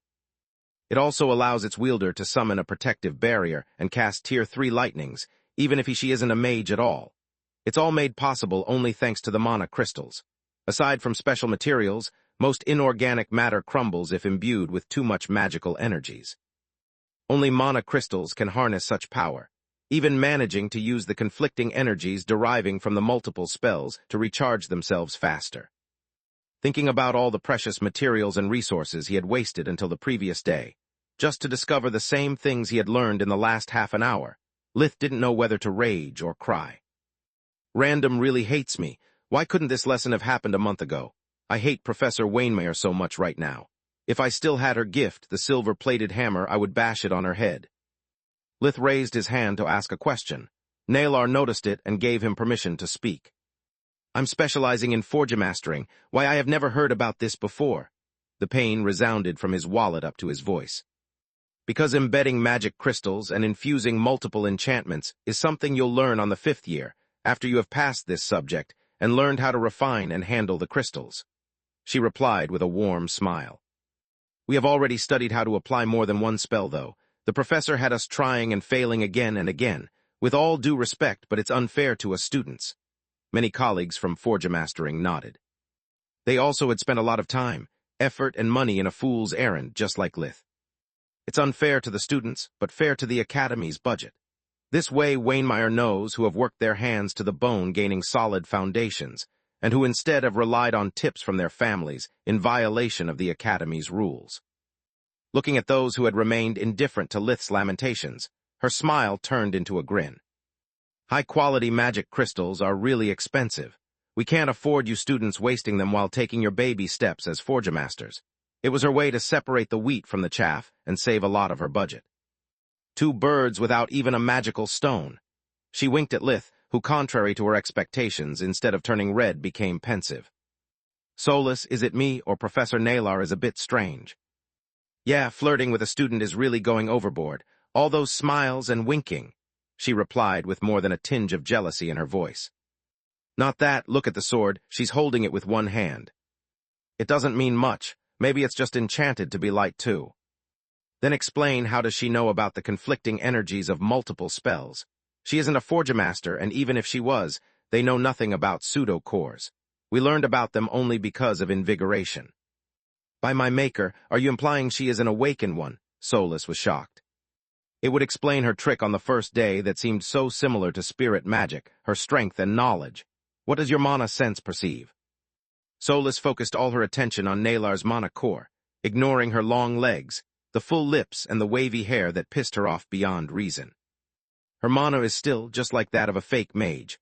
Now that I think about it, though, the Marchioness had a magical item shielding her core from detection. Maybe Nalar has a similar device. Find authorized novels in Novel Full Faster Updates. Better experience, please click for visiting. Or maybe she has learned how to control her mana flow. I can't ask Nalar if the sword also has a weight-reducing spell. It could tip her off. I'll ask Professor Wainmeyer as soon as I see her. After the enraged chattering of the students died out, Nalar made the green and cyan gem disappear before resuming her explanation. Blue and violet are high-grade crystals. Only the best and richest wardens and Forger Masters can afford them. The white ones are a tier of their own. You'll never see them outside of the royal palace or powerful artifacts. What sets high-grade crystals worlds apart from their lesser cousins is that beside the ability to recharge at great speed over time, they can also be manually recharged. Take the Academy, for example. She waved at the wall, pavement, and ceiling. The reason why even the canteen can use warp steps to deliver you your meals is the same that makes this castle an impregnable fortress. Not only it has been built with countless crystals that empower all of its spells and arrays. It is also able to feed on the mana of its residents, in case it needs some extra juice. Every time we practice magic, make a call with a communication amulet, or activate a dimensional item, the Academy takes its toll in the form of a minuscule fraction of the magic employed. The students gasped, looking at their hands like expecting to find fleas under their clothes. It's at the same time a sword and a shield. A shield because it protects us all from internal and external threats. A sword because whoever doesn't wear a uniform can have their mana sucked dry in an instant. Whatever spell an intruder could use, the castle would throw it back at him tenfold. Oh, right. Only gemstones from blue and above are capable of sustaining complex functions, like projecting holograms, copying documents, and such. That's why all your communication amulets have a blue gemstone embedded and are so expensive. At the thought that Wainmeyer had showed him the blueprint for the amulet without explaining anything to him, Lith felt the desire to make the professor and her present have a violent encounter grow even stronger. In the following lessons, I'll teach you how to cut a mana crystal according to its intended function, how to check its quality, how to identify its consumption rate, and if it has it, the recharge rate. The last part of our lessons will be about how to manually recharge high-quality crystals, with a trip to the mines in the forest to show you how to find, dig, and extract raw crystals without having them explode in your face. Dismissed. As soon as Nalar had finished speaking, the gong signaling the end of the lesson resounded, and she left the class. This lesson made me feel dirty poor, Lith sighed. I know, with my weekly allowance I can barely afford a few red mana crystals. That's why I don't use them unless it's absolutely necessary. Uriel sighed along, showing Lith a small bag containing enough red gemstones to fuel Lith's staff for more than a year. Suddenly, Lith felt the urge to gift him with a hammer, too. Chapter 100, 90-Dimensional Business. Between classes, there was a 10 minutes break that students could use to relax, exchange notes, or simply stretch their legs a bit. Lith was eager to understand if one or more of the girls was still angry or wanted to keep a distance from him. The problem was introducing the topic without making himself sound worried or even worse, desperate. From his previous life, He had learned that girls could smell desperation from a mile away, and they were usually good at exploiting it. Before he could find a proper way to clear their relationship, Quilla spoke up. "Did you really practice forge mastering on your own?" "Of course I did." Lith felt slightly offended by the implication. "But aside from small stuff, I didn't manage to create much. On the contrary, I wasted quite a few materials since Wainmeyer left me stumbling in the dark." He snorted. "Really?" She was genuinely surprised. "How can your family afford a magic lab? It's not something you see often near a farm." Lith realized too late his slip-up. He couldn't tell them about Solus and her custom-made labs, so he had to improvise. "They can't. I practice in a small clearing in the woods near my house.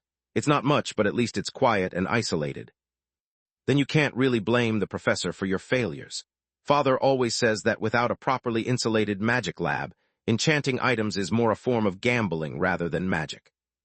"Are you taking forge mastering lessons from Orion?" Quilla nodded. "More like he explains to me the basics while he works. Father says that I could use a second specialization, and that forge mastering helps build the character." It seems to be true, since she managed to look me in the eyes the whole time without blushing. Orion must have been spending quite some time with them to make Quilla call him father already. "By the way, how was your report card?" Quilla had become much more talkative and straightforward compared to the past. "Pretty good, with only one sour note." "Let me guess," Freya scoffed. "Dimensional magic." "Got it in one," Lith smiled. "Did Rudd give you an A too?" "The fucker did much worse." Freya slammed her fist on the desk, drawing the attention of most of the class. "Hush, last time I hadn't the opportunity to tell you, but somehow the report cards of those who passed the second test leaked to the public," Lith whispered. "Most of our classmates are already envious of our success. Don't give them the opportunity to report you to Rudd and give him an excuse to lower your grades even further." The piece of news took them all by surprise. Freya looked at their classmates with anger, and only after taking a few deep breaths, she managed to calm down. "Uriel and Floria got an A+, Quilla got an A like you, and I only an B+. Her voice was quiet, but her hands snapped a quill in half over and over, until the biggest piece was the size of a bean. "It's beyond unfair," Floria chimed in. "We are more or less at the same level, but only thanks to Quilla giving us real lessons about dimensional magic, and thanks to you teaching us how to multicast properly. It should be you two having a better grade instead of us. I bet Rudd looked at our family's status first and at our performances later.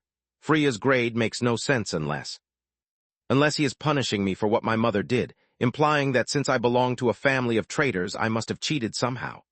Freya completed the phrase for her. Rage and sadness resounded in her voice.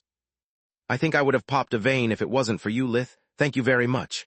Freya suddenly hugged him, causing the onlookers to start gossiping about it. "What did I do exactly?" Lith had been caught by surprise and was unable to make heads or tails of her words. "You were our supervisor during the second exam, dummy. You must have embellished our performances quite a bit. Otherwise, I doubt my report card would be this good." She handed him a piece of paper on which was written. Freya Ernas. Principles of Advanced Magic. A Mage Knight. A Healing. A Dimensional Magic B+. School points gained from daily evaluation, 3,362. School points gained from the second exam, 1,000. Headmaster Linjos. The candidate demonstrated to be cool-headed even under stressful situations, capable of excellent teamwork and brave enough to put her own safety at risk to ensure the success of her team's mission. One after the other, his companions gave Lith a copy of their report card. They had all scored full points during the second exam, while their grades went from a minimum of A to a maximum of A+. The only exception was Quilla, who had received an S as a healer. "We received our report cards just a few days ago. I would have never expected to be considered a rank a magician." Quilla was brimming with joy. "I honestly doubt we would have got full marks if you told Linjos how we puked our guts out after facing the first group of goblins. Did you paint us out like fearless adventurers? And if you did, how did you manage to sell it to Linjos?" All eyes were fixated on Lith, eager for an answer. "Sorry to burst your bubble, guys, but you are overestimating my acting skills and underestimating Linjos. He would never believe such tale. I had to tell him the truth, especially after what he did to you during the last test.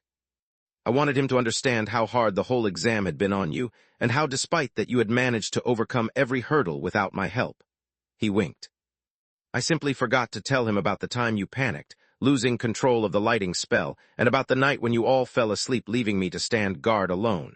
And even if I did tell him, I'm sure you would have got full marks. You owe me nothing." As soon as he finished his speech, Lith fell victim to a group hug. "Thank you so much," Floria said. "When my parents heard the headmaster praising my talent as a leader, my mother was moved to tears and didn't nag me until I left home." Considering that the report cards had arrived after Lith's visit, he was left pondering how terrifying Gianni Erna's had to be to make a couple of days nag-free so precious. "Yeah, man," Uriel added. "Reading over and over my report card, especially the part where Linjo's highlighted my strategic skills against the ogres, gave me the strength to get up from my bed and return to the academy. Rest assured that when Linjo's will summon us in his office to evaluate your performance, we'll return your favor in full." Being careful about who he touched and where, while trapped in the mass of clinging bodies, Lith managed to free his arms and return the embrace. "Thanks, guys, but there is no need to. Just tell the truth and everything will be fine. Of course, if you could share my selective memory loss, it would be peachy." Professor Kavos Rudd walked in just in time to hear their laughter. His left upper lip curled up in an expression of unbridled disgust. "Damn Linjos, seeing the heirs of proud magical families mingle with dirty commoners and a traitorous bitch makes me sick. In the old days, I would teach them a lesson or two about respecting the hierarchy and keeping the monoline pure." To add insult to the injury, not only are those 5 among this year's top percentile, but also that Lith is one of the Queen's favorites, like Linjo's wasn't enough already. I didn't survive this long by antagonizing powerful people for petty reasons, but the gods know how tempted I am to do it just this once. "Sit down, school's in session." Rudd's stern voice put a stop to the chattering, forcing the students to return to their seats. "My dear students, I would like to say that I'm happy to see you still so numerous, but the truth is that I'm not." His tone was so full of bile that it could melt steel. "In my long career I had many classes, but this is by far the most disappointing. The only reason so many of you are still here is because despite my subject being compulsory, my evaluation is irrelevant towards your promotion." Some students lowered their heads out of shame. The others stood tall, either because their grades were good or simply because they didn't care. Professor Rudd had long lost the respect and admiration of many of them. The nobles saw him as someone unable to stand his ground against Linjo's, the others as a relic of the past, as an annoying, pompous old coot. Whoever already succeeded casting warp steps, raise his hand, please. A little less than half the class answered the call. Those of you that still haven't mastered the spell and fail at it sometimes lower their hands, please. Barely 20 raised hands remained. 3 months of patience and effort brought us to such a pathetic result. Since some of you worked hard while the rest of the class twiddled their thumbs, I'm not going to waste my precious time anymore. I'll explain to you how to turn a warp steps into a blink or a switch, and then we will all go to the practice hall. You'd better take notes, because I'm not going to repeat myself." Rudd waited only a few seconds before resuming his lesson. Many students had yet to take out their books and inkwells. "Those of you that have actually read my book should have already noticed that the 2 spells that will get you out of my face once and for all are only mentioned but never described. That's because they aren't new spells, they are simply variations in the execution of warp steps that require a lot of talent and skill in the art of dimensional magic. You already know the magic words and hand signs. You just need to take one last step. To turn a warp steps into a blink, all you need to do is to make the entrance gate move towards you and close it as soon as you have crossed it. Switch is the same thing, but requires generating 2 sets of gates moving at the same speed and leading almost to the same coordinates. Very few can do it. That's why learning switch is purely optional while blink it's not. To make a gate move, you need to use the other one as an anchor and stretch the dimensional corridor without making it collapse. This requires boosting the energy flow by adding fire magic at the very last moment, and a further injection of air, earth, and water magic so that the balance remains unchanged. Between the further mana consumption and the speed required to make it work, Blink has a range of 30 meters, 33 yards, tops, despite consuming the same amount of energy it would take to warp a kilometer, 0.6 miles away. Switch is similar to a blink done twice, but with a single spell. Find authorized novels in Novel Full Faster Updates. Better experience, please click for visiting. By adding light and darkness magic in equal parts during the first steps of the spell, it's possible to induce a resonance that doubles the number of energy cores. creating 2 entry and 2 exit points. Using 6 elements in such short time not only is a rare feat, but also requires a lot of focus. Hence why its range is further limited to 10 meters, 11 yards, and needs a clear line of sight between the caster and the target. After finishing his explanation, Professor Rudd warped them to the training hall, splitting the students in groups according to their skill level. Over an hour passed, many gates were opened, but none managed to blink. Half an hour later, much to everyone's surprise, Freya disappeared from her spot, reappearing a few meters away. In a matter of minutes, she managed to blink several times in a row.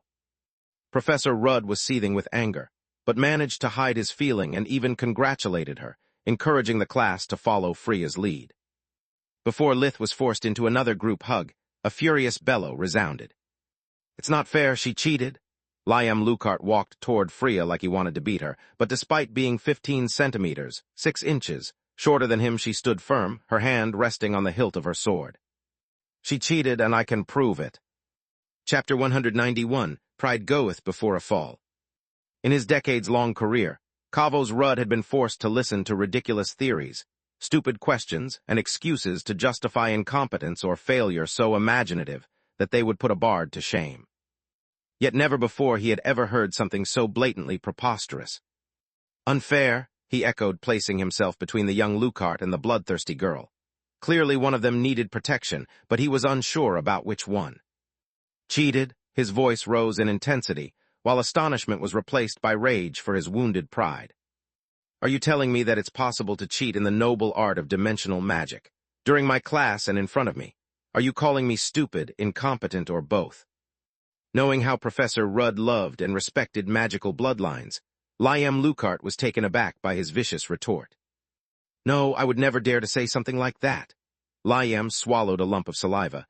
Whenever a professor took out his communication amulet, it was never a good omen. "I really hope so. Just like I'm dying to hear, why do you think Lady Ernest has cheated? If I don't like your reply, prepare to say goodbye to 1,000 points. Rudd replied with his thumb already placed on the administration office's rune. Liam started to panic. 1,000 points were more than he had to spare. He was used to spending them as soon he had enough for a new magical trinket. "Sir, she has clearly cheated. First of all, she comes from magicless family, hence it's impossible for her to outclass a pureblood like me. Not to mention she received only a B+ in dimensional magic, while I got an A+. How can someone with such a low evaluation be this good at dimensional magic? This is all the proof that I need," he replied, puffing his chest with pride. In recent years, the ancient noble families had seen their privileges being slowly extended also to younger and more talented magical households. With the court's new policies, their influence over the kingdom was fading, and their loyal servants that occupied key roles in every region were being replaced by new bureaucrats only loyal to the crown. Seeing someone of lesser upbringing perform better than him was more than a wound for his adolescent pride. It was like feeling everything that had been promised to him, his very birthright, slipped through his fingers like a handful of sand. "Really, a B+?" Professor Rudd became pensive, losing his edge and letting Liam breathe a sigh of relief. "How do you know it?"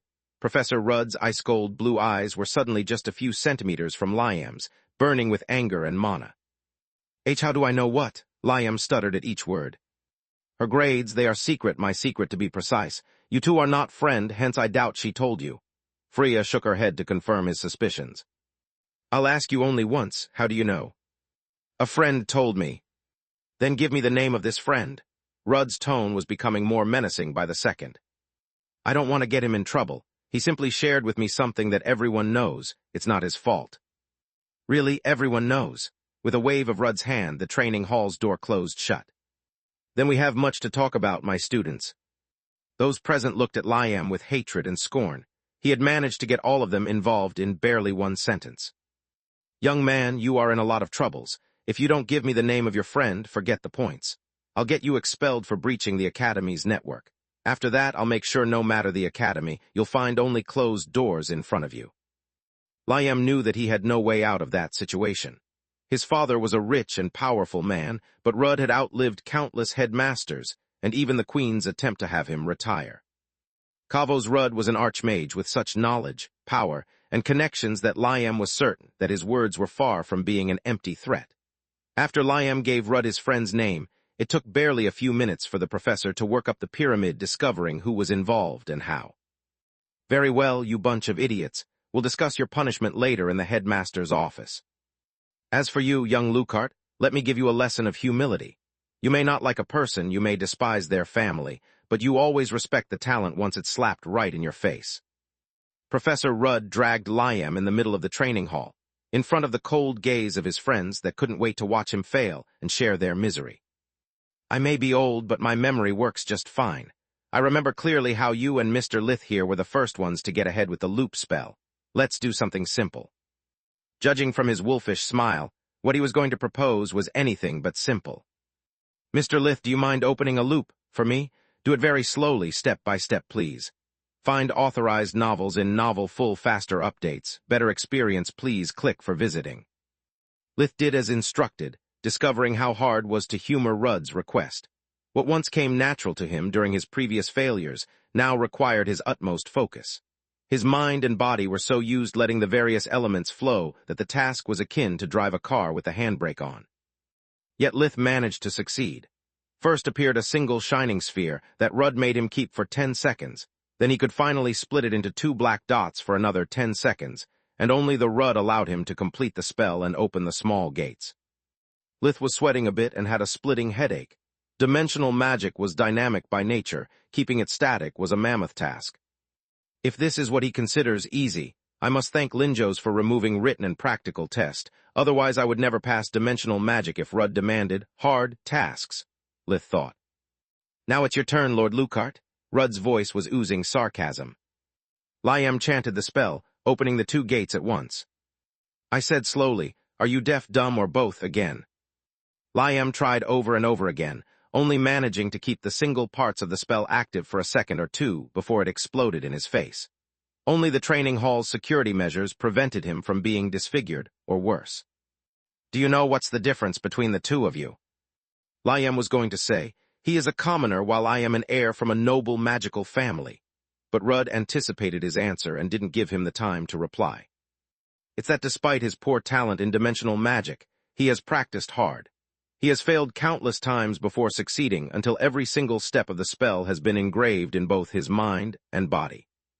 You, instead, have been probably instructed by your father or one of his assistants, feeding you the answers you needed without even caring about understanding the importance of the underlying questions. Let me show you how easy is distinguishing talent from hard work in my field. Lady Quilla Ernas, do you mind giving a demonstration to the class? Quilla performed as Lith, but without breaking a sweat. Outstanding talent, Rudd said, managing for the first time to not make it sound like an insult. If it wasn't for the incompetence of Professor Nalar in teaching multicasting, I'm sure she would be already able to switch. Only the talented ones understand the flow of mana and can move it according to their will. Lady Freya, now it's your turn. Freya succeeded too. Talent and hard work, a very rare combination. Rudd bowed to her in a sign of respect. As for you, Lord Lucart, it's time to learn that foolish actions and words have consequences. He activated his communication amulet. Here is Professor Rudd.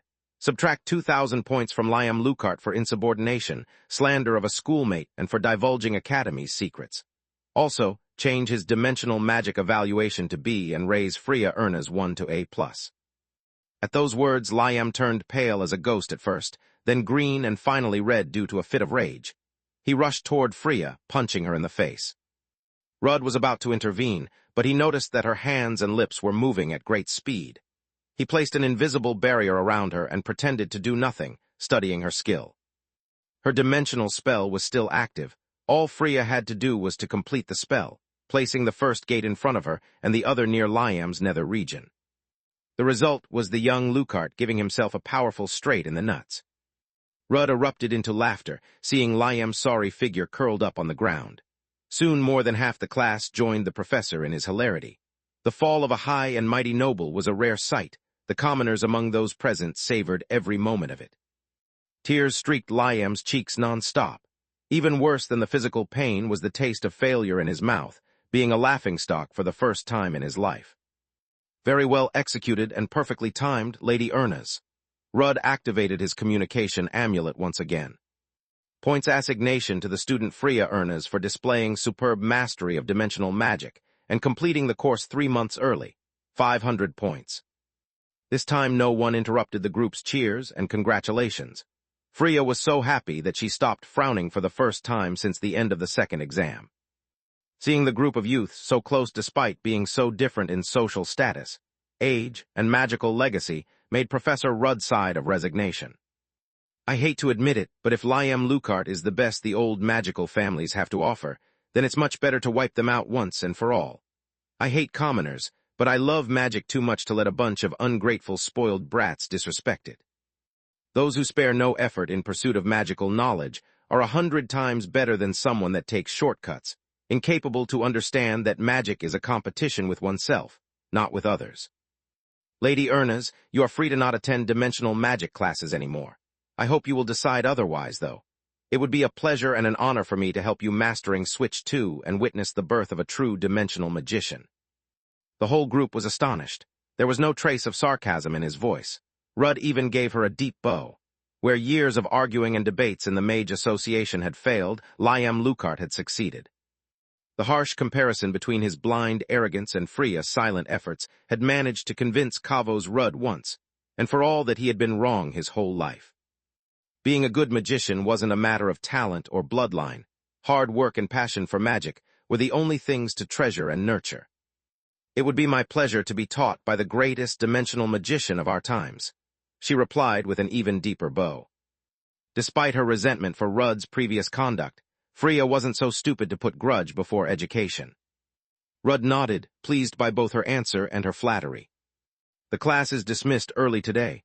Liam Lucart, get up and follow me to the headmaster's office. Let's see if I can get you expelled. Your sight sickens me. Chapter 192, Unexpected Surprise. After the end of the lesson, the group went to the canteen to eat something and recover from the shock.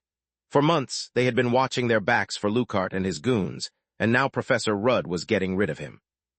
That and Freya joining them as a full-fledged ranked student was too good to be true. Freya was literally walking on air from excitement. She was so happy that her magic had gone out of control, making her float a few centimeters over the ground. Keep a seat for me, I'll join you in a while. I can't wait to give the good news to Orion, he's going to be so proud of me. Quilla already calls him father, and Freya's first thought after going out of the classroom was to share his joy with him. Your dad must be a great man, Floria. The group sat down at their usual table. It was too early for lunch, so they ordered snacks and beverages. Lith would have loved to have a cold beer after how much sweating Rudd had put him through, but he knew that his body was still too young. No matter how many times he asked for it, the kitchen staff would always refuse to serve him alcohol. He's more than that, he's a great dad. Unlike my mother, he has never let me down nor has ever tried to force his will on me. Too bad that he is often away from home for weeks, and that makes my mother the ruler of the land. Just the thought of her mother was enough to make even her fruit juice taste sour. To be honest, I am really surprised Freya managed to blink before you, Quilla. Uriel expressed what everyone had in mind, while Freya was still away to not hurt her feelings. I'm not, Quilla lowered her gaze in embarrassment. Despite I mastered tetracasting before her, fire magic is still my weak point. Do you remember I told you I started practicing magic after my village's healer death? Everyone nodded. What I omitted to say is that the bandits set fire to the village and I almost died back then. Since that moment, I have been scared of fire magic. Fire is different from the other elements. Even without mana it doesn't disappear, it keeps growing and burning like it's alive. Because of that I never practiced it much, but now things have changed. I'm not that scared little girl anymore, I'll catch up with you in no time. When Freya returned, everyone was already eating and drinking. Lith decided to exploit that moment when everyone had their guard lowered to ask his question as casually as he could. I'm glad to see you are all in a good mood. That leaves me with a question, though. Why none of you ever called me? You had me thinking you wanted to cut ties with me. Despite all his efforts, Lith ended up fiddling with his glass while he was talking. I'm really sorry for that. Freya lowered her eyes, her smile disappeared already. It's just that after hearing your story, I was embarrassed for having treated you so coldly. After realizing that your burden is much heavier than mine, I felt like a tantruming child demanding attention. I didn't know what to say without making even more of a fool out of myself. It wasn't a suffering measuring contest? Lith sounded stressed, but was actually relieved by her answer. Since Floria seemed pensive, he looked at Quilla. She opened and closed her mouth a couple of times, like she was about to say something but changed her mind at the last moment. Gods, why I'm such a coward. I just have to tell him the truth, of how after he left I needed to sort out my feelings to understand what was real and what was just make-believe. Tell him how much you missed him, but you were too afraid of being rejected again. It's not that hard, I'm sure Floria would say it in one breath. Well, I needed some time to sort out my feelings, Floria said with a straight face, making Quilla spit her beverage back in the glass while Lith tilted his head in confusion. What feelings? Those for your mother, your new sisters, or about the realization that sooner or later you'll have to kill someone? He asked. None of the above. She waved her hand like putting away all those topics. You see, when she is not trying to boss me around and telling me how to live my life, my mother is a great listener. She knows human nature very well, and people are just open books for her. As much as it pains me to admit it, I'm no exception. After you left my home, I was left with an odd feeling. When I spoke about it with my mother, she offered me her insight and suggestions, instead of trying to manipulate me, which was a refreshing event. She pointed out that I'm already 15 and I'm not going to get younger. The next year I will turn 16, becoming an adult.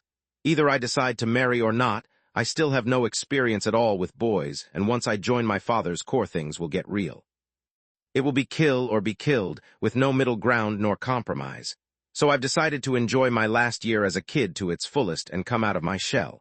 Lith, would you like to go out with me? Lith's face froze with a creepy smile, while Quilla was choking on her drink.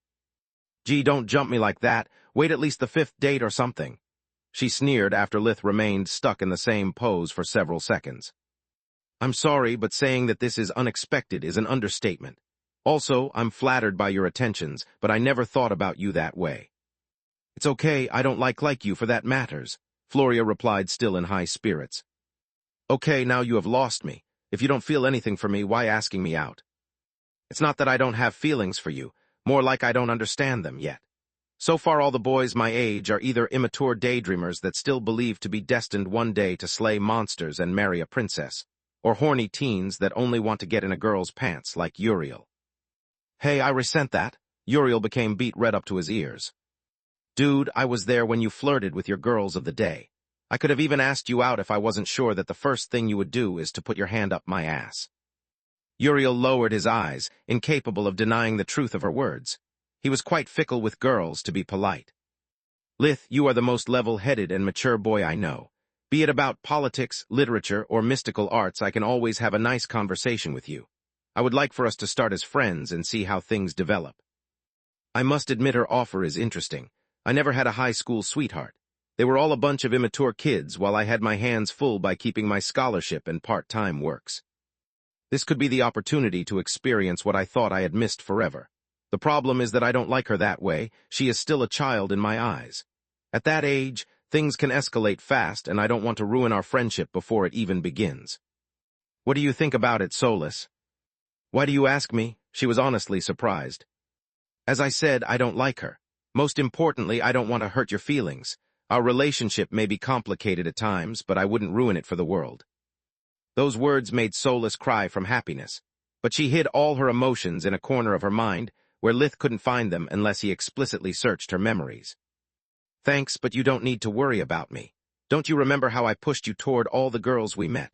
I always believed you needed someone to rely on outside of your family, someone that's more than just a voice in your head. You are much more than a voice in my head. Lith was outraged by Solus' self-deprecation. You are my partner in battle, my confidant. You are the only reason I haven't already turned in the monster I'm afraid to become if I lose my last shred of humanity. Yet I'm just a voice in your head. It took 8 years for me to obtain my wisp form. Maybe in another 8 I'll get some kind of ethereal body that will take 8 more to materialize. Do you really think you can avoid human contact for 16 years, to never hold hands, kiss, or sleep with a woman? When you met Nalar and Nindra, you would have asked them out if not for the age gap. This is all I have to say. The life is yours, and so is the choice. In their mind space, time flowed much faster than in the outside world. Their conversation lasted barely a second. Well, I can get a sweetheart, and maybe this will help Quilla get over me. It's not like I'm going to marry Floria. Things will probably not work out. I'd say the pros outweigh the cons. Only one thing, Solus added. Whatever you do, this is not one of your business deals. She is a real person with real feelings. Don't treat her like a calculated risk looking for a gain. Otherwise, I will be really disappointed in you. I would love to go out with you. Lith replied with his best smile, while Solus's words were still echoing in his head. The only problem is when and where. The academy takes out almost all our free time, and there's nothing to see around here. Not a problem. Floria was radiant, way more than Lith would have expected. During the weekend, we can go anywhere thanks to the academy's gate. Do you mind if we take a walk? I've so many things I want to discuss with you right now. Lith stood up and waved goodbye to his still frozen, stiff friends. I never saw that coming. Uriel was the first to recover. Of all the girls of the academy, Floria is the last one I would have expected to make a move on Lith. The real shocker is that he didn't turn her down like all the other girls. Maybe he is not made of stone like I always thought. A faint hiccup stopped him in his tracks. Quilla was on the verge of tears, while Freya was holding her tight, trying to console her. It's all right, it's not the end of the world, she said. It's all my fault, Quilla sobbed.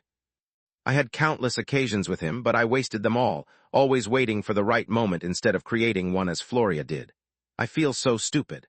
I deluded myself into believing I had changed, but I'm still a coward. Uriel and Freya helped her to get up and brought Quilla to her room, before all the canteen noticed her distress. Meanwhile, Lith and Floria were walking along the corridors with Floria doing most of the talking, and listing all the places she wanted to visit in the Griffin Kingdom. Suddenly Lith noticed they were in front of Floria's room. Come in, there's something I want to tell you, but I don't want anyone else to hear it. Lith was hesitant. Find authorized novels in Novel Full Faster Updates. Better experience, please click for visiting. Her room already. This isn't escalating fast, it's skipping all the bases. When she noticed it, Floria giggled. Come on, I will not eat you, yet. Floria closed the door behind them. Then, without saying a word, she hugged him tight. Thank you, thank you, thank you, she sniffed, being on the verge of tears. The truth is that after the second exam, I am always scared. Down in that dungeon, I realized that death is closer than I thought. I trained my sword and my magic, believing I would become invincible, but now I know it was just an illusion. When that ogre almost killed me, all I could think about was that I would have never seen my family again, that I had yet to experience love or a boy's touch. There are still so many things I want to do and places I want to see. I don't want to die with so many regrets. Lith hugged her back, caressing her head while trying to understand what all of that had to do with him. He was certain that Floria had never demonstrated romantic feelings for him, and Solus had always confirmed his impression. That turn of events was still incomprehensible to him, but he remained silent. His logic could only trample her feelings. The real reason I asked you out is that despite you are shorter than me, stingy, cold, and the gods know how much you remember me of my mother. Whenever I'm with you, I'm not afraid anymore. Chapter 193, A Different Perspective.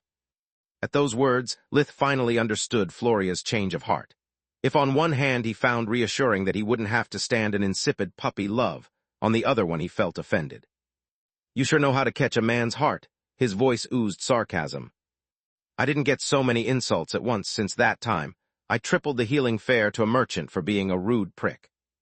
His words made Floria chuckle, but she didn't let him go, nor he tried to push her away. I didn't insult you, I just stated the truth. I dare you to deny any of the above.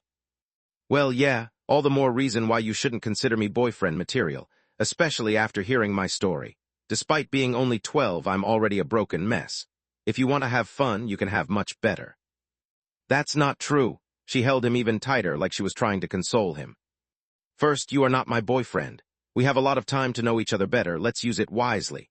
Second, you are my best friend in the academy for more than one reason. Under that cynical shell, you are kind and caring.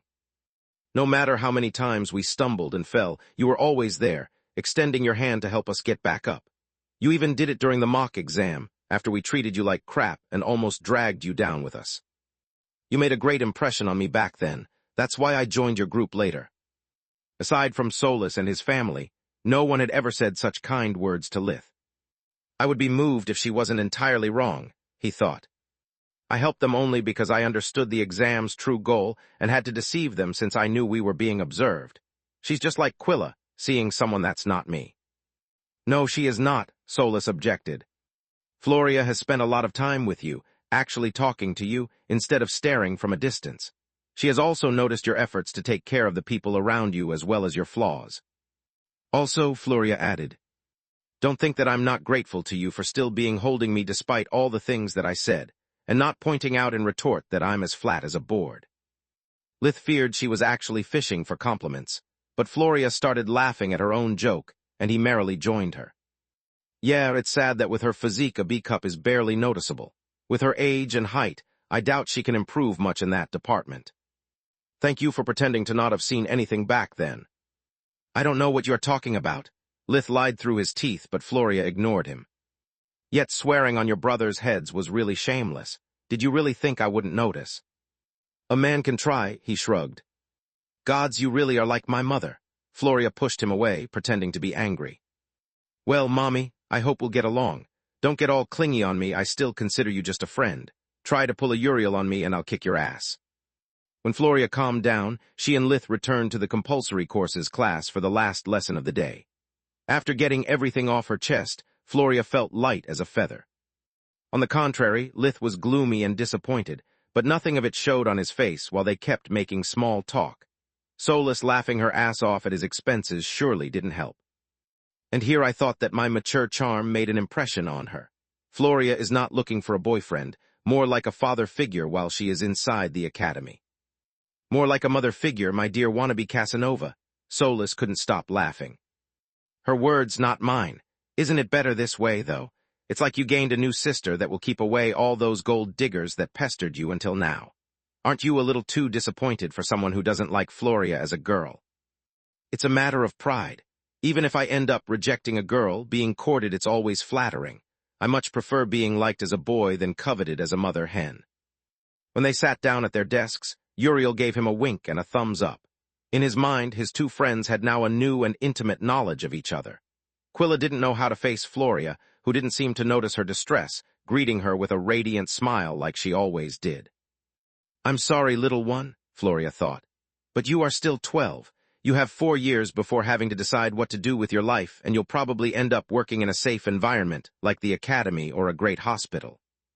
I have a little more than a year for crossing off as many things as I can from my bucket list. I hope that you'll learn from this experience. As our mother always says, when you see a good man, make your move or someone else will. Floria was well aware of her adopted sister's feelings, but she considered them nothing more than a childish crush. In all the time they had known each other, Quilla had always been passive, managing to speak to Lith only about homework and magic.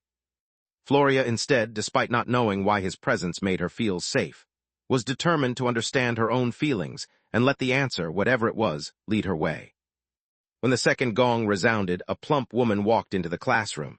The students' chattering stopped immediately, their attention drawn to the newcomer. She wasn't a beauty nor intimidating, quite the contrary. She was in her late 40s, about 1.54 meters, 51, high with long blonde hair with shades of black that reached her hips. Her smile was contagious, and had a round, jovial face that one would find much more fitting to a baker selling sweets rather than a powerful mage. Unlike all the other professors, her clothes and robe weren't pristine white but pitch black. Good evening, dear students. My name is Callan Zenith, and for this trimester I'll be your guest lecturer for the necromancy course. As you have probably noticed from my outfit, I normally teach at the Black Griffin Academy. Find authorized novels in Novel Full Faster updates. Better experience, please click for visiting. Our institutions have agreed to an exchange program for the professors, so that we can learn from each other and improve the relationship between our schools. She paced slowly through the classroom, studying the students' reactions. Before starting our lesson, it's better if I answer to all the questions that usually pop in the head of those who hear the word necromancy for the first time. No, it's not a forbidden discipline, nor necromancers skulk during the night to kidnap infants and virgins. Necromancy is just a magical discipline like any other. We necromancers got our bad reputation thanks to ignorance, superstition, and some bad apples. Remember, no matter if you are a forgemaster or a war mage, the only spells that are considered forbidden in the 3 great countries are the ones that use living humans as materials or require trading lives for power. What I am going to teach you are the basics of necromancy, its laws and practical uses on the combat field. Because of the nature of my subject, my colleagues here at the White Griffin have nicknamed me the Antirud. Just as for dimensional magic, Passing this course will influence your overall grades, but will not affect in any way your chances to graduate. Also, while Rudd's subject is long and complicated, mine will be relatively short and easy. Let's start with a brief introduction. Because of the moral and legal implications of using corpses as tools, necromancy can be considered a really special branch of magic.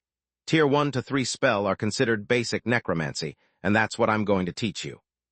Tier 4 and 5 consists of either advanced necromancy, that requires joining the royal army or the queen's court to be taught, and forbidden magic, the practice of which is a capital offense in all the 3 great countries. Basic necromancy is about temporarily turning a corpse into an undead to serve you as a guard, manpower, or a scout. It's very useful for rangers and mages who like to fly solo. Advanced necromancy allows to permanently create undead slaves that will serve you until they are destroyed or run out of magic. This discipline is not taught at academies, nor by the Mage Association. Only the Crown is allowed to have an army, be it living people or not doesn't matter. Turning yourselves or others into vampires or licks instead, that's forbidden magic and as such is a capital offense. I'm also going to explain why necromancy is so strictly regulated, what are its risks, and how to defend against it. Let's start with a little demonstration. With a snap of her fingers, Professor Zenef took out the skeleton of a rat from her dimensional ring. Normally your subjects will not be this clean. I purposely removed all the unnecessary parts to avoid most of you puking. I'm telling you this because necromancy is useless if the carcass is older than 5 days. Past that time frame, the chances of success decline fast. Only fresh bodies can be turned into undead. Things like necromancers raising whole cemeteries are just folklore and fairy tales. Lith knitted his brows, becoming more pensive the more discrepancies he found with what Kala had taught him. 5 days, the corpses Kala stores in the forest are at least months old. Even those I rose back in the quarantine zone were dead from weeks, Lith thought. The good news is that I can already ace this class. The bad news is that it seems to be a colossal waste of time. Professor Zenef cast her spell, allowing Lith to spot the first differences between true and fake necromancy. When Lith created an undead, he would send a single tendril of darkness magic in the corpse, creating a blood core. By adding a spark of light magic during the process, he would imprint the creature with his life force and bind it to his will. The professor instead had created a dense fog of dark energy that was going in and out the rat's skeleton, like it was looking for something. In a few seconds, the fog was completely absorbed by the bones, and a red light shone from the empty eye sockets. Before the process was completed, Zenef executed a second spell that left a glowing mark on the creature's head. The class gasped while the undead stretched its limbs, producing an oddly amusing rattling sound. This is what is considered a success. The professor sent the rat doing a round of the class with a simple wave of her hand. As you can see, the creature is perfectly functional and obeys to my every command. Unlike all the other disciplines you have studied before, necromancy isn't as simple as point and shoot. It involves willpower and the use of multiple elements even at its first tier. A second snap of her fingers produced a metal cage containing a second rat skeleton. She repeated the darkness spell, but this time she didn't perform the light one. The new undead went into a frenzy, clashing against the bars with all its strength, trying to reach Zenef. This, instead, is an aberration. It happens when, due to the magician incompetence or lack of willpower, the creature is allowed to go on a rampage. Usually its first victim is the necromancer itself. While she spoke, the undead kept emitting a shrill sound that resembled the cry of a child. It charged against the bars over and over, until bone bits started to fall on the teacher's desk. Creating and controlling an undead require focus. The stronger your creation, the harder it will be to control, bit more than you can chew either by sheer power or numbers, and that's what happens. She pointed at the cage. Back in my day, when necromancy was taught during the first year, a lot of students died by the paws of these little monsters that they kept as pets. A familiar-looking girl raised her hand. "What's on your mind, miss?" "Lady Myrna Craddock," she gave the professor a deep bow. Why someone should want such a thing? Myrna couldn't stop turning her head to keep watch on both the undead rats. "Excellent question, Lady Craddock. The answer is, for power and control. It was a way to show off one's talent and have loyal bodyguards 24/7. Bullying makes the undead much more appealing than the living." Zenef sighed.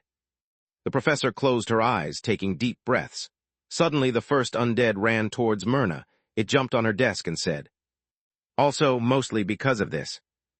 Chapter 194, A Different Perspective Too. Lith didn't know if to be more surprised by the discovery of how ignorant he was about necromancy's true potential, or by seeing a rat skeleton standing on its hind legs, talking with Professor Zekel's voice. Despite the distance, he was able to notice that the light in the eyes of the creature had turned from deep red to bright blue. As you have seen when I reanimated this carcass, I left an imprint on it by using my life force to bind our essences. The Zekel rat tapped its head with a paw, making the mark visible again. The bond allows necromancers to temporarily transfer their consciousness inside their creations. Students used this skill mostly to cheat during written exams. By using a small undead mouse, they could communicate between them or simply copy the answers of the most brilliant students. Undead were also a very popular tool for pulling cruel practical jokes and peeping through windows. There is a reason that all academies have removed windows from their dorms. Even magic can't beat the enthusiasm of a bunch of horny teenagers. No matter the protection, they would always find a loophole, the rat laughed. Keep in mind that the transfer is not without risks. The mage's body is left completely helpless for the entire duration. Someone could simmer you and you wouldn't even notice. Also, in this form, I don't have the perceptions of a rat or of an undead. I can see and hear as if I'm on your desk, but all my other senses are lost. I can't use magic, and if something happens to this body before I return to my own, the resulting shock could incapacitate me for hours. The creature's eyes turned red again, and Professor Zenef snapped her fingers a third time, taking out a third rat skeleton from her dimensional amulet. When she cast the necromantic spell, the black fog engulfed the carcass for a while before disappearing. This is what happens when attempting to reanimate a long-dead corpse, a failure. To date, the phenomenon is still unclear. What we do know is that if a corpse is not reanimated at least once every 5 days, it becomes useless. I wish I could use life vision to collect data. Solus, what did you see with your mana sense? Lith thought. Her spell seems to fly blind. Fake necromancy has no concept of mana core, so the darkness energies scan the whole body before forming the blood core. My guess is that when a living being dies, its mana core leaves behind some kind of echo that disappears after about 5 days. Fake necromancy seems to be heavily reliant on those lingering energies. Without them, the spell loses focus and becomes ineffective. Kala isn't an awakened one, yet she knew on instinct what to do, Lith pondered. Magical beasts' natural affinity with the elements is simply terrifying. No wonder there is still no dominant species on this planet. During the following lessons, I'll teach you how to safely create all the lesser undead, how to transfer your consciousness, and how to recognize when you are pushing your limits. Necromancy is all about control and self-awareness. Unlike all other kinds of magic, it can backfire. It will help you build your character, make you realize that your decisions, your spells have consequences on yourselves and others. We have still a few minutes before the gong. Any questions? Lith raised his hand, and Professor Zekel nodded to him. How long does an undead last? Depends on the tier of the spell and the strength of the creature. She was happy to hear a relevant question instead of one about ghosts and curses. Let's say that after this course, you will be able to keep a simple skeleton for up to 15 hours, or a skeletal knight for 1. I take back everything I thought. The only kind of necromancy I know needs me to constantly infuse mana into my undead servants, while hers can provide them an energy reserve. Not to mention that my knowledge about the undead is limited to dungeons and looting and George Romano's movies. There's a lot I can learn from her. I tend to forget that unlike magical beasts, humans have legacies. I can merge their hundreds of years of experience with what Kala taught me to create my version of necromancy, something stronger than the sum of its parts. Another question, you mentioned small rodents. Why not insects? They are smaller and are more likely to go unnoticed. Excellent question. Professor Zekel didn't like playing favorites, but seeing genuine curiosity in her field was as rare as flattering. For 2 reasons. The first is that if the body is too small, instead of getting infused by darkness magic, it gets destroyed by it. The fine-tuning it would require makes such a spell too expensive and leads to reason number 2. Even if one manages to succeed, the stored energy would last only for a very short time, making the creature useless. Lith still had more questions, but the gong resounded, forcing him to stop. That's all for today, dismissed. Since they had yet to receive the books for the 3rd trimester, Lith's group split once outside the classroom. Everyone went back to their rooms waiting for the delivery. Mind if I accompany you for a bit? Uriel asked. I want to talk to you about Floria. Don't tell me that you liked her in secret all this time. Lith joked about it, hoping to avoid getting schooled about relationships by a single-minded hormonal teenager. Gods protect me, no, he laughed. She is too tall and definitely too strong-willed for me. I prefer petite, well-endowed girls that don't threaten to turn me inside out like a sock. It's just that since I never saw you with a girl, I wanted to give you an unsolicited piece of advice. Lith inwardly cringed, while keeping his poker face and nodding. If I were you, I'd return the ballot to Linjo's and let her have it. Lith was left in a daze. This wasn't what he had expected from Uriel. After the second exam, Floria is second-guessing her life a lot. I know it because I lived under her roof until the academy started again. I don't know if Rudd will manage to get Lucart expelled. His father is a powerful and well-connected man. Even if he does, it's only a matter of time before people start talking about you too, and that would put a second target on her back. Everyone knows you have a ballot, so you can always bluff your way out of trouble, not to mention that you are incredibly strong. Uriel winked, referring to Lith's shared secret. She is strong too, but right now Floria is in a rough patch. She doesn't need more traumas. If you really care about her, you should put her safety first. A year is a long time, many things can happen. Who are you and what did you do to Uriel? Lith replied, raising his eyebrow in disbelief, making his friend laugh. It's just that her future is not set in stone. She can change her path any time, and I believe Floria needs peace and quiet to not rush her decision. I really envy her for that. Uriel sighed. Since he seemed to need to take something off his chest, Lith didn't interrupt him. You know, the reason why I may appear so shallow at times, it's because I'm just like Floria, trying to enjoy the little time I have left to its fullest. Don't get me wrong. Unlike her, I will not put my life on the line every day, yet I will be chained by my responsibilities towards my father, my subjects, my wife and children. You're what? Lith was flabbergasted. Man, even before I started the academy, I was already betrothed. I know who and when I'll marry since I was 10 years old. Do I know her? No, she's not a mage. It's a political marriage to join my magically talented household to an ancient noble family. Everybody wins. After we graduate, I'll become my father's second-in-command for a couple of years. Then marriage, and I'm expected to have at least a couple of heirs by the age of 20. As I said, Floria's future is not set in stone, but mine is. I understand better than anyone else how it feels being trapped. You and me both, Lith inwardly sighed. Maybe it will not work between you two, but you can still learn something from each other. Promise me you will think about it. I will. In a remote corner of the Blood Desert, the three guardians had met in person for the first time in hundreds of years. Even though they had turned into their human forms and were suppressing their auras as much as they could, it wasn't enough. The earth below trembled slightly while the skies thundered. The world seemed to be scared by their assembly and was trying to break them apart once again. I hate to admit it, but you were right, Salark said. She had taken the appearance of a young-looking woman, with silky black long hair, emerald eyes, and a bronze tinge of skin, so clear it seemed to shine under the morning sun. She wore the same white clothes her tribal leaders, the feathers, did but with no turban, allowing her hair to graze the ground. Some bastard has invaded my turf and is spreading abominations like they are presents. I underestimated our opponent, leaving everything in the hands of my awakened ones. The result is that 5 of my feathers died in less than a month. Find authorized novels in Novel Full Faster updates. Better experience, please click for visiting. They were all good men and women. Someone has to pay for their deaths. Her eyes ignited with a purple flame, while the sand below her feet turned into glass because of the heat she emitted. The trembling and thundering intensified, but none of those present cared. It's not all. The sudden death of so many awakened crippled my military force. My borders are under attack from all directions.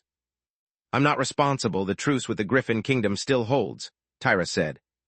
Me neither. I control nothing in the Empire, but my apprentice would have told me before making such a move. She knows how much is at stake. Ligon shrugged in annoyance. I'm not blaming you idiots, but myself, Salark roared. Clearly the culprit has made sure that all my enemies knew about my weakness. Otherwise, the neighboring countries could never set up a coordinated attack like this. They are ruining years of hard work. Her delicate feet stomped multiple times, shattering the glass, the land, and causing a minor tremor, around 3 on the Richter scale. Then why did you summon us if you knew we are innocent? Tyrus already had a headache from having to stand Salark's temper without the possibility of bashing her head. Because I know who did it and where they are right now. If this was just about killing, I would have done it myself, but I want to take them alive and make them talk. I need you to prevent them from escaping. I'm fine with it. I had nothing to do this evening anyway. Ligon yawned, giving her a thumbs up. With a snap of her fingers, Salark warped them hundreds of kilometers away, in the proximity of a small mountain range. Like most of her kingdom, the landscape was barren, too barren even for a desert. The bastard must have taken its sweet time here. Even the mountains are crumbling due to the void of world energy. Salark snorted. Seal the space around here, I'm going in. Tyrus and Ligon operated their magic their own way. A guardian was attuned to the planet, to the point that even their simplest act was magic. Tyrus started to walk, countless runes of power spread in the air and the ground with each step she took. Ligon was feeling nostalgic, seeing both his friends moved his old heart. The dragon started to sing with a tenor voice. Wherever the song reached, the matter would be bound to the dragon's will. Show off, Tyrus smiled, singing along in a counter melody. Their voices filled the air with mana, making flowers bloom from long dried-up seeds and water gush out of the ground. The guardians were only sealing up the space. Life was just a byproduct of their joy from being together.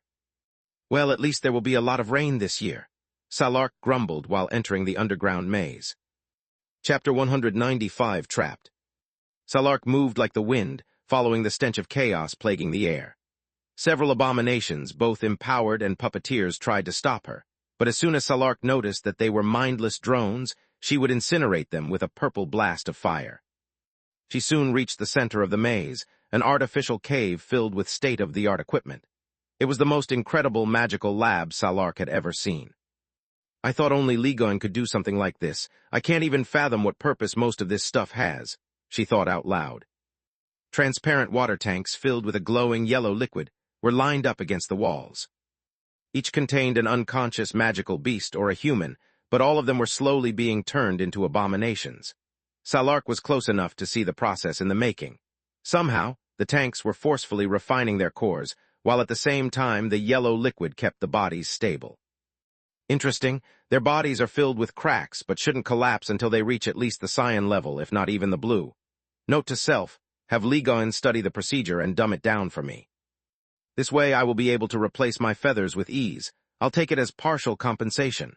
A wave of her hand sealed the tank's space, making it incredibly hard to damage them. Salark had no rush. Escape was impossible. She walked around the room, finding more and more marvels as well as horrors. Countless dried-up corpses were piled up into small hills, making her wonder if they were failed experiments or simply the staple food to fully develop so many abominations. You are too late, an amused voice bellowed. The master escaped hours ago. A sinister figure stepped forward.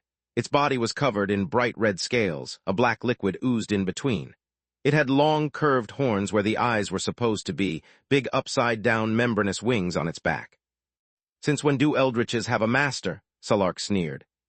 Your power made you conceited, Guardian. Your pride blinds you. It pointed at her with a talon-ending finger. We have learned from you how to increase our numbers. We are no longer scattered. We fight as one. I'm not interested in your rants, Salark cut him short. Tell me who is your master and where to find it. Be a good boy and I'll not make you suffer. Much. Her wolfish smile only caused the eldritch to burst into laughter. Pride goes before a fall.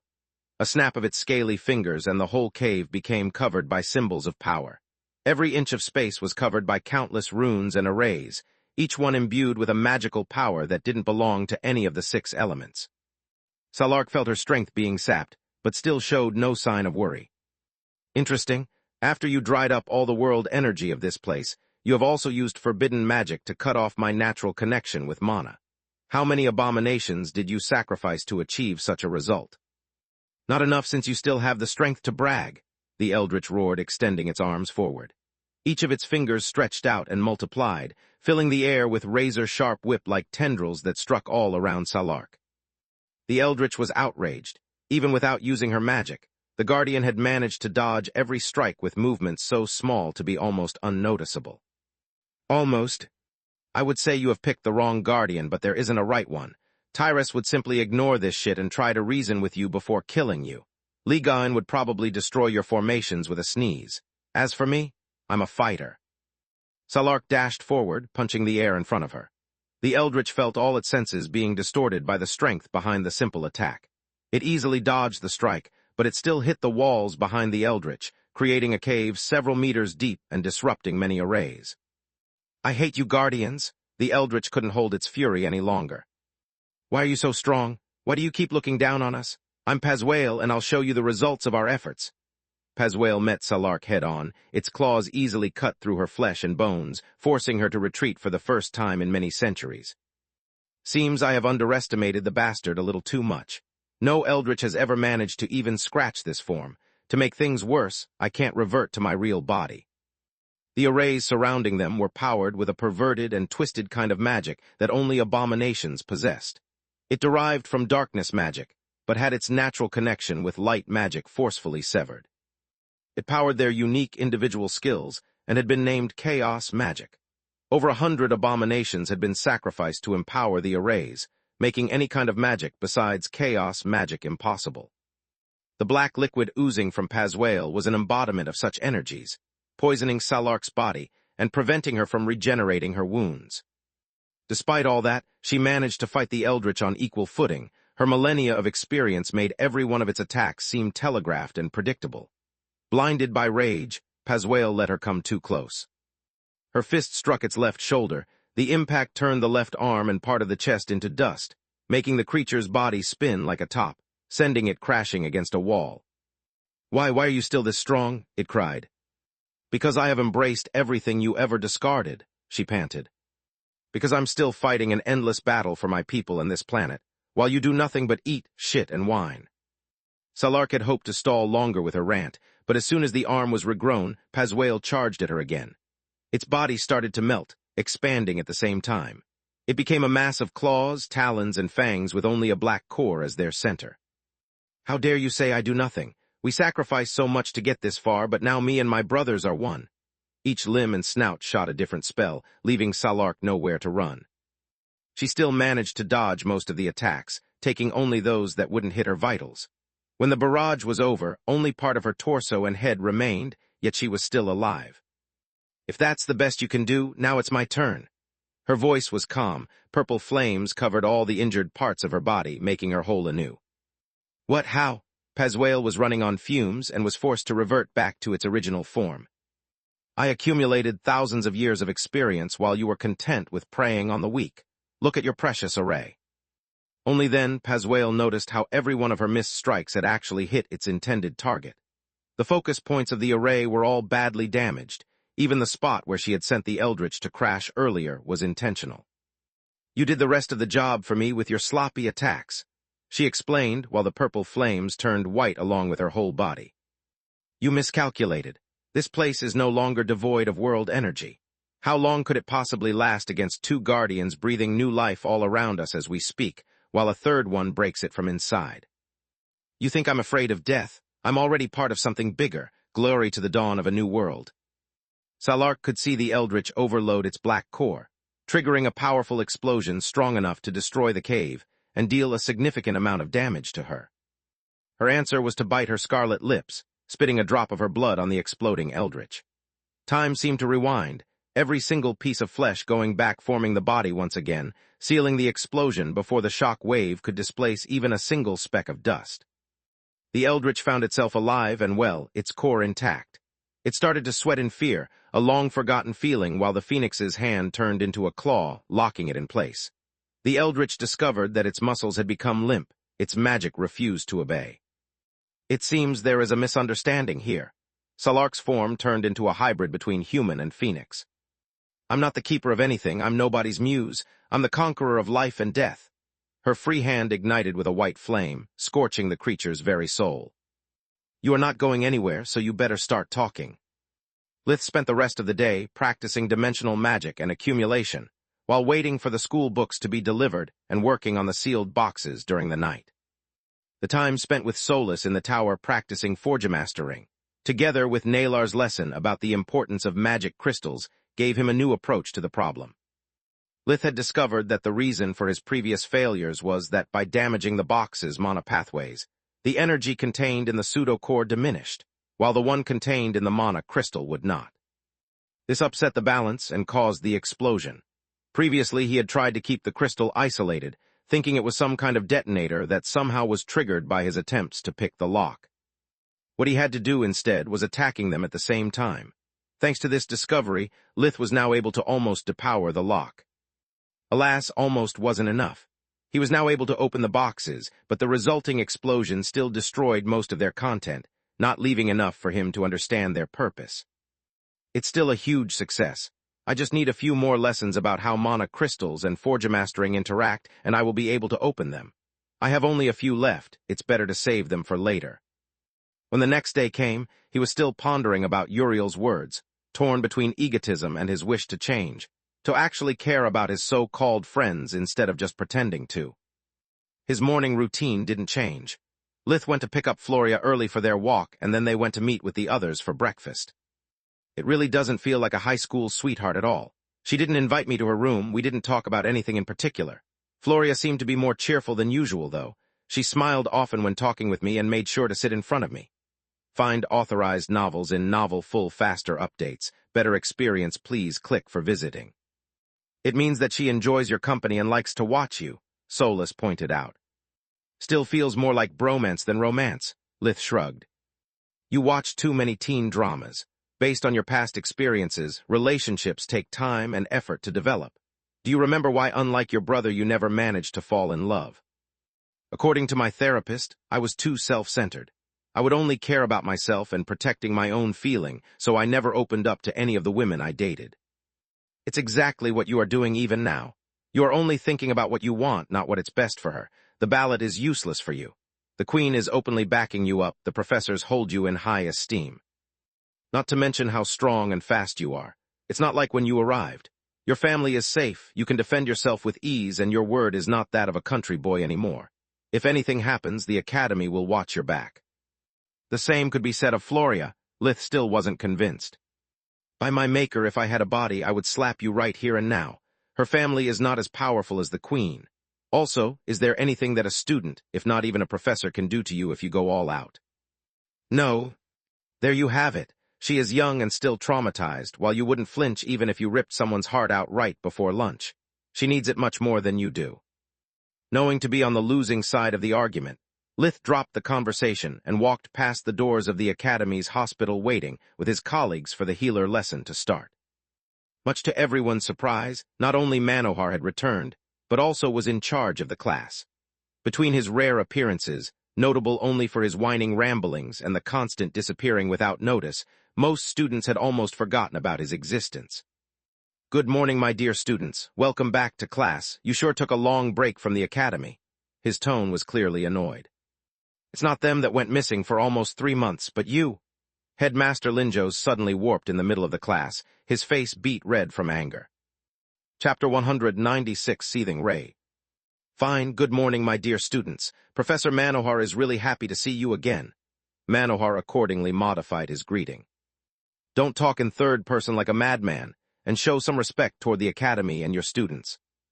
Linjos had hoped that by forcing the unruly professor to take an active role in the healer class, it would teach him a lesson about responsibility. His plan, however, had backfired right from the start. Why are you so angry? I had just got my hands on Naga's claws. You know how hard they are to come by. Also, yes, I may have lost track of time, but I did find a cure for Prixane. Doesn't it amount to something? Manohar rebuked with an indignant tone. The class gasped in amazement. Prixane was a congenital degenerative disease, even worse than the one Tista had suffered from during her youth. It would affect the nervous system, making it collapse over time. It required constant treatments just to slow down the illness's progression and relieve the symptoms. For decades it had been considered a death sentence, and now it had a permanent cure. Of course it does. It's the only reason why you are here instead of being chained to your desk.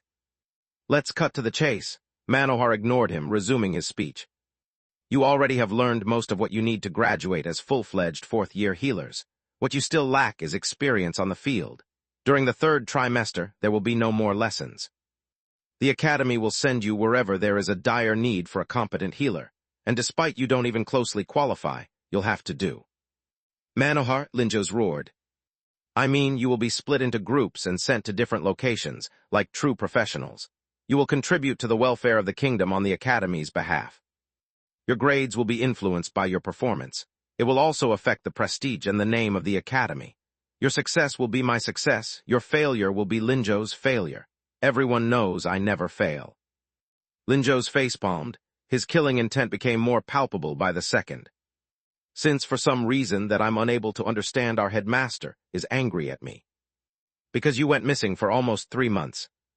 I'm forced to babysit the most incompetent group. Last warning, Linjo's hands were dangerously close to Manohar's throat. I mean, I will supervise the work of those whose skills are still a diamond in the rough. All the other groups will not have a supervisor. Keep in mind that this opportunity is a great honor for all of you. You have the chance to let your name be renowned even before graduation, to meet important figures of the kingdom and help those in need. At the same time, you'll probably kill someone due to your incompetence, giving my dear friend Marth an excellent excuse to kick you out of the academy and reduce my insane amount of paperwork. Find authorized novels in Novel Full Faster Updates. Better experience, please click for visiting. I'd never do such a thing, Marth warped in the class too. Also, it's completely different from the speech I wrote you. You had to encourage them to soldier up in the face of failure, telling them it's normal for a healer to lose a patient or make a wrong diagnosis. Before he could start an argument, Professor Marth took the lead. Remember, never listen to anything he says outside of the medical field. From today onwards, even if just for a few hours each day, you'll have the same role and responsibilities of an academy-sanctioned healer. The reason you'll be split into groups is to be each other's lifeline. Never be afraid to ask for help or to admit your mistakes. If you manage to graduate this year and the next one, countless lives will be in your hands. It's a heavy responsibility that not everyone is capable to shoulder. A strong spirit, wits, and talent are the minimum requirements to become a good healer. Go and make us proud. Marth's assistants handed to each group the list of patients they had to attend to before the end of the lesson. Each name was associated with a hospital, along with the instructions of how to reach it from the city's closest branch of the Mage Association. Lith's group belonged to the top percentile, so their list contained only sensitive names. Most patients weren't hospitalized but required home visits. Professor Marth personally went to speak with them. I recommend you to always move together. I have the utmost trust in each one of you, but these people are powerful. He tapped on the list. It's better to not disappoint or offend them. Quilla, you are still too meek when dealing with patients, so I'll appoint you as team leader. Quilla turned pale, instinctively hiding behind Freya. You will take care of dealing with the families and make sure your colleagues receive the respect they deserve. Without a confident attitude, people will always walk all over you. Lith, your bedside manners are terrible.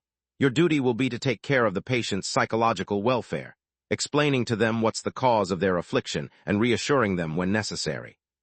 Freya will be the main healer and Uriel the diagnostician. You two have no weak point, aside from the lack of experience. If anything happens, contact the academy immediately and we will do the rest. He patted them on the back before going to speak to another group. Uriel took a quick glance at the list, frowning with a worried expression. This is much worse than I thought. Most of these people are as stuck-up as annoying. They consider my household unfit of its title because we contribute to the kingdom from only 3 generations. I'm sorry, Quilla, but either you put out your best Lith's impression or they'll use us like doormats. Let's get moving. We have a lot to do and so little time. Lucart household, Archmage Lucart's private quarters. What do you want this time, Lucart? I need your help. This time you'd better pay attention. Velandaris is this close to finding proof of my connections with Hathorn and the Candria's incident. Why should I care? The voice on the other side of the communication amulet was annoyed, like a teacher dealing with a spoiled child. Because if I go down, I'll drag you with me. After the plague's outbreak, all my plans are ruined. I have no reason to proceed against the White Griffin anymore, aside from your constant blackmailing me. Your plans have no chance of success without my help. And if they catch me red-handed, I'll make sure we'll share the same cell. Don't you dare to threaten me, Lucart. I just need one word to get you killed. Do it and you'll suffer the same fate. I'm not stupid. I already made sure that if anything happens to me, recordings of all our conversations will be delivered to at least 50 royal constables. Not even you can stop all of them. From the other side came a crushing sound, like something big and heavy being destroyed. What do you want? The same thing I asked you the last time. Kill Darius's son, I don't care how. How do I know I can trust your word? The voice oozed disgust. You can't but know this. I'm preparing to leave the kingdom since the outbreak. My only problem is that with Darius breathing down my neck, it's taking too much time. I can't move too many assets or funds at once, or he will notice. If you do this last favor for me, I'll get out of your hair forever and leave you everything you need to reach your goal. You are a lucky man, Lucart. The voice seemed to calm down. Uriel Darius has just left the academy. I know where he will be for the next hours. If he is outside the academy, I can take care of him myself. Just give me his coordinates.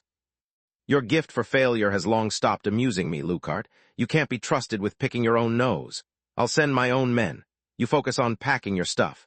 You are likely to screw that up too, but at least there shouldn't be casualties. The group's home visits went smoothly. They were still students after all. Marth would never burden them with a task above their skills. The challenge wasn't curing diseases, rather to learn how to find the way in an unknown environment and to deal with the patients. Their first destination was Vinia, a beautiful city built around a small lagoon. The uptown district was crescent-shaped, so that every mansion would be overlooking the sea. Water separated the city blocks, forming canals that could be crossed either by boat or using one of the many stone bridges. The group had almost reached the address, yet Quilla was walking behind the others, fiddling with her hair and rehearsing all the introduction lines she could think of over and over. If she doesn't snap out of it, we'll never finish our round in time. Sorry, little sis, but it's for your own good. Freya hated herself for what she was about to do, but she couldn't stand her best friend always being so passive. You know, Lith, this city is quite a sight to behold. She waved her hand, encompassing the clear blue sky and the lagoon's crystal-clear water. Only if you like humidity and scavenging birds raining death from above. He grumpily replied while dodging the bird poop that paved most of the way. If it wasn't for the lack of gondolas, this city would remind me of Venice, Lith thought. Not to mention that on Earth pigeons' droppings aren't as big as an omelet. The birds plaguing the lagoon closely resembled seagulls, but their size was akin to a pelican. It's a pity that Floria can't enjoy this view. Freya ignored his remark, keeping her eyes on Quilla's reaction. Even for me, it's the first time seeing the sea. I find Vinia truly romantic. Why don't you take her here during the weekend? I'm sure she would love it. I'll think about it, he said. Maybe too romantic, not to mention that I don't have time for this crap, he actually thought. If I manage to learn Blink before the weekend to keep my training schedule, and if I don't make any more breakthroughs with the boxes, then I'll consider the possibility. You are impossible, Solus was outraged. Just this morning you were whining about the lack of romance between you two, and now you already consider her a second, no, a fourth best option. You are supposed to make time for her, not to just use her to fill the blank spaces. After hearing them talk, Quilla's eyes steeled with rage. She marched double time, taking the list from Uriel's hand to check the address before banging the knocker with enough strength to make the door tremble. A butler in a black and white livery that reminded Lith of a smoking abruptly opened the door with an annoyed expression. Yes, he didn't even care to hide his disgust at the sight of the group, dilating his nostrils and curling his upper lip like someone had delivered garbage. Good morning, good sir. Quilla's voice sounded sweet like an unripe lemon. We are the White Griffin's healers. Lead us to our patient, please. The front door is only for the guests. Go around back to the service entrance. The butler attempted to close the door, but Quilla stopped him. Your name, she hissed. I beg your pardon. I want your name so that when I report to Headmaster Linjos why we couldn't treat your master, he can explain why and who deserves credit for House Coria losing its privileges with the Academy. I'm sure your master will reward you well. Her eyes were reduced to slits brimming with mana. The butler turned pale as a ghost. Angering a mage was already bad enough, but if his actions damaged the household, he would consider himself lucky by being just skinned alive. I'm very sorry, Lady Mage, he stuttered. Please have mercy of this old fool. You and your mighty colleagues are the most welcome. He opened the door, half kneeling in front of her as soon as she entered. Lead the way, Quilla snarled. That day, more than one butler who dared to disrespect them, become unable to even meet her gaze or speak to Quilla without bowing first. Chapter 197, Helpless. In the end, Lith was the one who got the short end of the stick. The new Quilla was a pocket-sized bulldozer, while Freya and Uriel could always ask the other two for a second opinion whenever they had a doubt. Lith, instead, had to smile more than he had ever done his whole life while listening to idiotic questions and worries.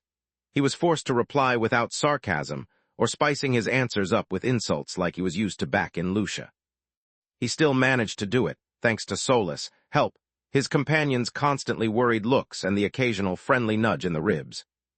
The rest of the morning was uneventful. They checked off over half the list and had time to spare. Their next destination was House Second, in the uptown district of the city of Lorien. I was thinking that if we managed to finish our rounds early, we could actually come back and have lunch here. I heard that Lorien's salmon mousse is to die for. My treat, Uriel said. Great idea. Let's get Floria too, though. It would be sad for her to have to eat alone at the academy. Freya agreed, purposely adding fuel to the fire. It would be too sad, Quilla echoed while she kept getting knots in her stomach. Not a big fan of fish. Do they have some good meat? Lith's mouth and brain seemed to be disconnected. Even before finishing his sentence, he was already cursing at himself, waiting for Solus to scold him again. Then a warden array appeared out of nowhere under their feet, warping them away. What the heck just happened? The Queen's Corps unit that was assigned to the group as a detail was shocked. Half of them were undercover, following them closely, while the other half would scout the group's more likely routes to check for dangers. Every student of the academy was considered an invaluable asset and the future backbone of the kingdom. Knowing there was at least one traitor in the academy, Linjos had assigned a detail to every group without notifying anyone but the Queen. Yet his precautions proved to not be enough.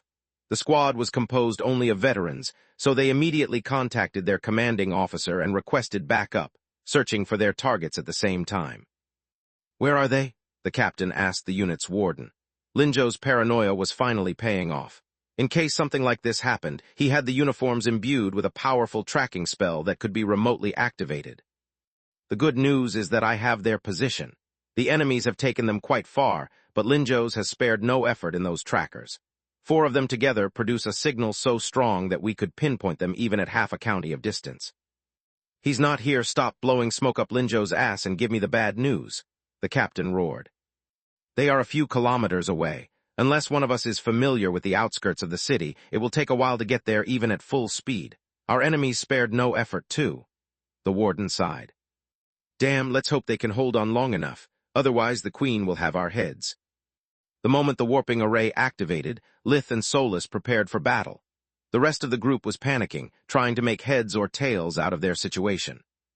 Ambush, get ready to run, Lith yelled, fearing he had just walked into a trap similar to the one used to kill Captain Velagros and his unit. He immediately conjured several spells at once, activating both life vision and mana sense. He wouldn't let any array or enemy take him by surprise again. His companions were scared, but Lith's warning made them regain their cool and become wary of their new surroundings. They had been transported to the slums of the city, in the middle of a back alley. The stench coming from the open sewers was enough to make them puke, but fear kept them focused. No arrays? Lith was pleasantly surprised, failing to remember that the previous ambush had been tailored for an elite military unit, not for a bunch of teenagers. Yet he couldn't relax. There were too many life forces nearby, and he had no idea who was a real hobo and who was just pretending. Suddenly, a shadow jumped from behind a heap of garbage into the middle of the group. His dirty, raggedy clothes and some makeup made the man look like a beggar, but his curved blade aiming at Uriel's throat told a different story. Uriel, Freya screamed, making her hands fumble the signs necessary to save him from death with a timely blink. The green radiance of enchanted steel, a splash of blood. It was all that it took for the cleanly cut-head to hit the ground with a thud, rolling in the middle of the group with an expression still filled with fear stamped on its face. I never understood why you guys never cauterized the enemy's wounds during the exam. There's never a reason to make a bloody mess. Lith had appeared out of nowhere right in front of Uriel. His left hand was clenching the corpse's crushed right wrist, while the right one was open and covered by a layer of ice that made it razor-sharp. The battle experience of the group of assassins was first class, but they were no Talons. No one had told them about the Queen's Corps involvement, so when they noticed the detail protecting the kids, they had been forced to improvise. Find authorized novels in Novel Full Faster Updates. Better experience, please click for visiting. The warp array was a last-minute trick, to bring the target to a secluded place they were familiar with. It implied they had no opportunity to prepare the field in advance, since their warden had to stay behind to cast the warp array at the right moment. A man placing magical stones in the middle of the road, of one of the most exclusive districts of Lorien, was beyond suspicious. The residents would have called the guards faster than if they had painted with blood the word murder on a wall. They had no idea their opponent was the Queen's Corps, otherwise they would have long fled. With so many unforeseen problems, the mission was already a disaster, yet it managed to get even worse. As soon as they moved toward the target, some of Lith's rings glowed, releasing several fireballs aimed at them. They exploded beside or above the assassins' hiding spots, engulfing them in flames that would have been lethal if not for their enchanted protections. "How the heck does he know where we are?" The leader screamed in his communication earpiece, having become temporarily deaf due to the explosion. "It's almost like he can see us." "I actually do," Lith thought with a wolfish smile on his face. "Let's see if they like this." Lith shot another round of fireballs, this time high in the sky. "Oh gods, why?" The assassin's leader was on the verge of tears. The key to a job well done was to be quick and go unnoticed. With so many fireballs flying around, it was just a matter of time before the city guards and the Mage Association swarmed the place. "I could use a little help here," Lith said while shooting down whoever ran towards them instead of away from them. Uriel stopped staring at the head laying at his feet, remembering who he was and who he was meant to become. "Freya, protect me. I'm clearly the target of the attempt. Quilla, keep the flames under control. This may be a shithole, but there are people living here and they need our protection." Lith, his brain froze for a split second. What kind of advice could he possibly give to someone that moved faster than his eyes, could see, and capable of attacking fiercely like a divine punishment? "I literally meant to help me, not to do damage control," Lith thought, surprised by Uriel's care for the residents. "Whatever, the more spell they cast, the less people will be able to understand who did what. You just focus on those bastards, I'll cover your back."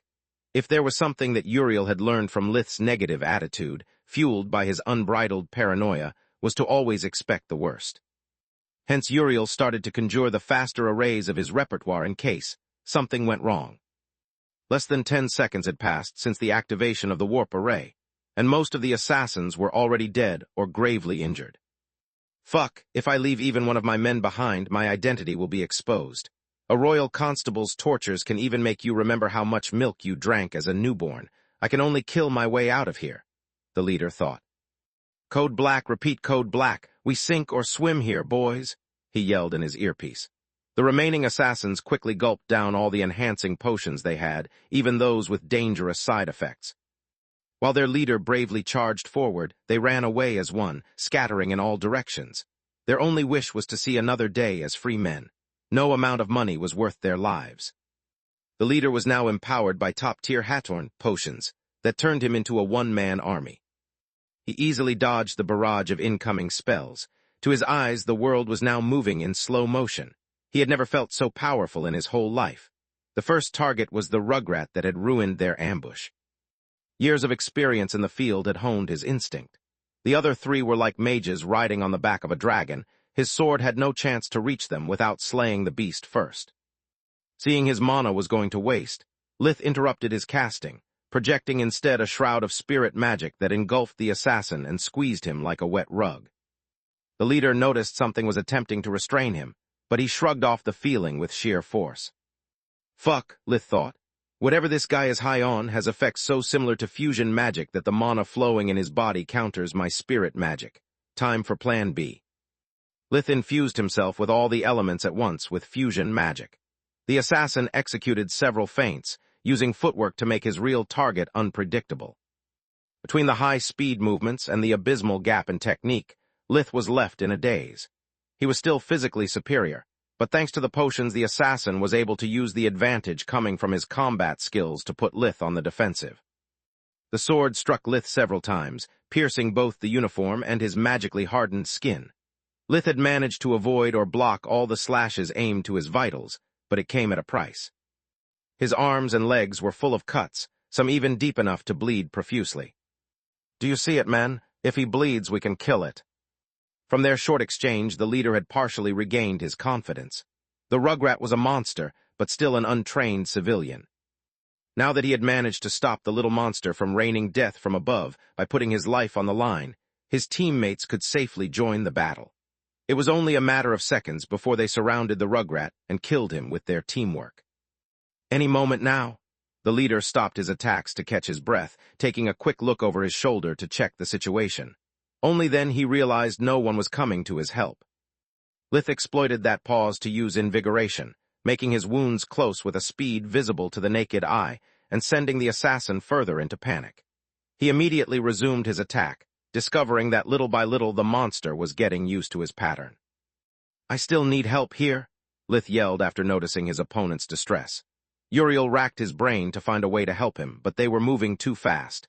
If they attacked without a plan, the enemy could exploit their spells, turning Lith into a human shield. Their opponent was the one with a clear line of sight, while their friend was unaware of their actions. The only silver lining was that he had already finished placing the first array, so he was able to talk again. "Quilla attack on Lith's right side. Freya same on the left. Lith push forward," Uriel yelled. "Fuck no," the assassin moaned. Chapter 198 Helpless 2. The earth all around the assassin turned into mud, while spears of ice as big as a man randomly fell from above. Without space to move around, his footwork was nothing but a silly dance. Strength had become the deciding factor. "At least he has already used up all his rings. If he attempts to cast, I can kill him in a split second. As long we are lined up, his friends cannot aim at me properly." The assassin was right, except for one detail. Lith had only used one ring in the opening act. The other spells were silent cast with true magic. True magic was silent, but still required time for casting, so he saved the rings for later, just in case. All he had to do was to spread his fingers, releasing the remaining 9 at once. Cursing at his bad luck for meeting such a monster disguised as a rugrat, the assassin crushed the medallion he wore at his neck, activating his last stand item. Multiple barriers enveloped him, negating most of the damage. The sheer force of the impacts, though, was another matter entirely. The assassin was knocked back right to the point where the battle had started. Uriel activated his Earth Vines array, entangling the assassin's body with tendrils conjured from the hardest minerals in the soil, devised to be powerful enough to keep even magical beasts in check. 4 bolts of darkness magic hit him from the front, above, and the sides. The moment the array was activated, Lith had crouched down, clearing his teammates' line of fire. Seeing how sturdy and resourceful their opponent was, they knew that restricting him wasn't enough, but it created an opening. They all decided to use darkness magic because, despite being slow and mana expensive, it was the most difficult element to defend against. It directly attacked the enemy's life force, so a hardened skin or a magically enhanced chain mail didn't offer much protection from it. The dark energy sapped the assassin's strength and vitality, turning the scratches he had suffered during his clashes with Lith into open wounds and the bruises into internal bleedings. "You suck," the assassin cursed at Lith, spitting a mouthful of blood from the many broken ribs that were now piercing his lungs due to the darkness ravaging his body. "You are barely an amateur. Technique, experience, footwork, you are below me in every aspect. Why am I the one that ended up losing? This is not fair." Another 4 bolts of darkness struck the assassin, putting him out of his misery. "Yeah, and if my grandpa had 3 balls instead of 2, he could have been a pinball." Lith replied only after confirming that the assassin's life force was fading away. "What pisses me off the most is that he is right. I really need to join the army and receive some proper training. Most of my knowledge about martial arts is only about unarmed combat.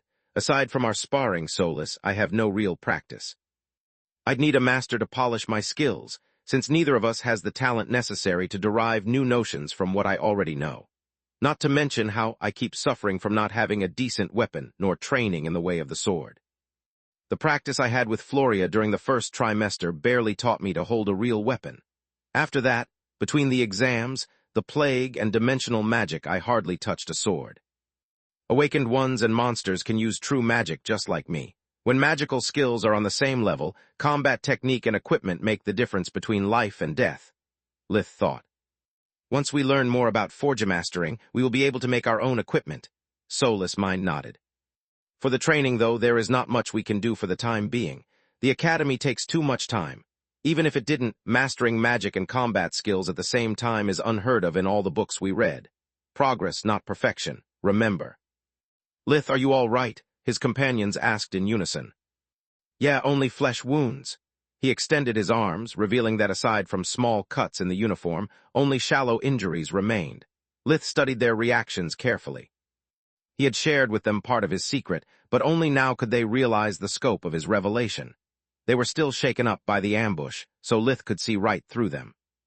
Surprise aside, Uriel seems to be really impressed. Freya is conflicted between fear and admiration instead. She probably longs for this kind of power, but at the same time she is afraid I could turn it against her. Quilla is beyond me, though. Lith could see something resembling pain in her expression, but she wasn't hurt.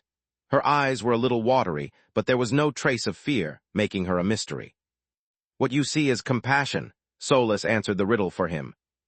How did you do that? I mean moving so fast and taking so little damage, Uriel asked. I told you I'm faster and stronger than a normal person. Also, while you were spacing out, I consumed enhancing potions.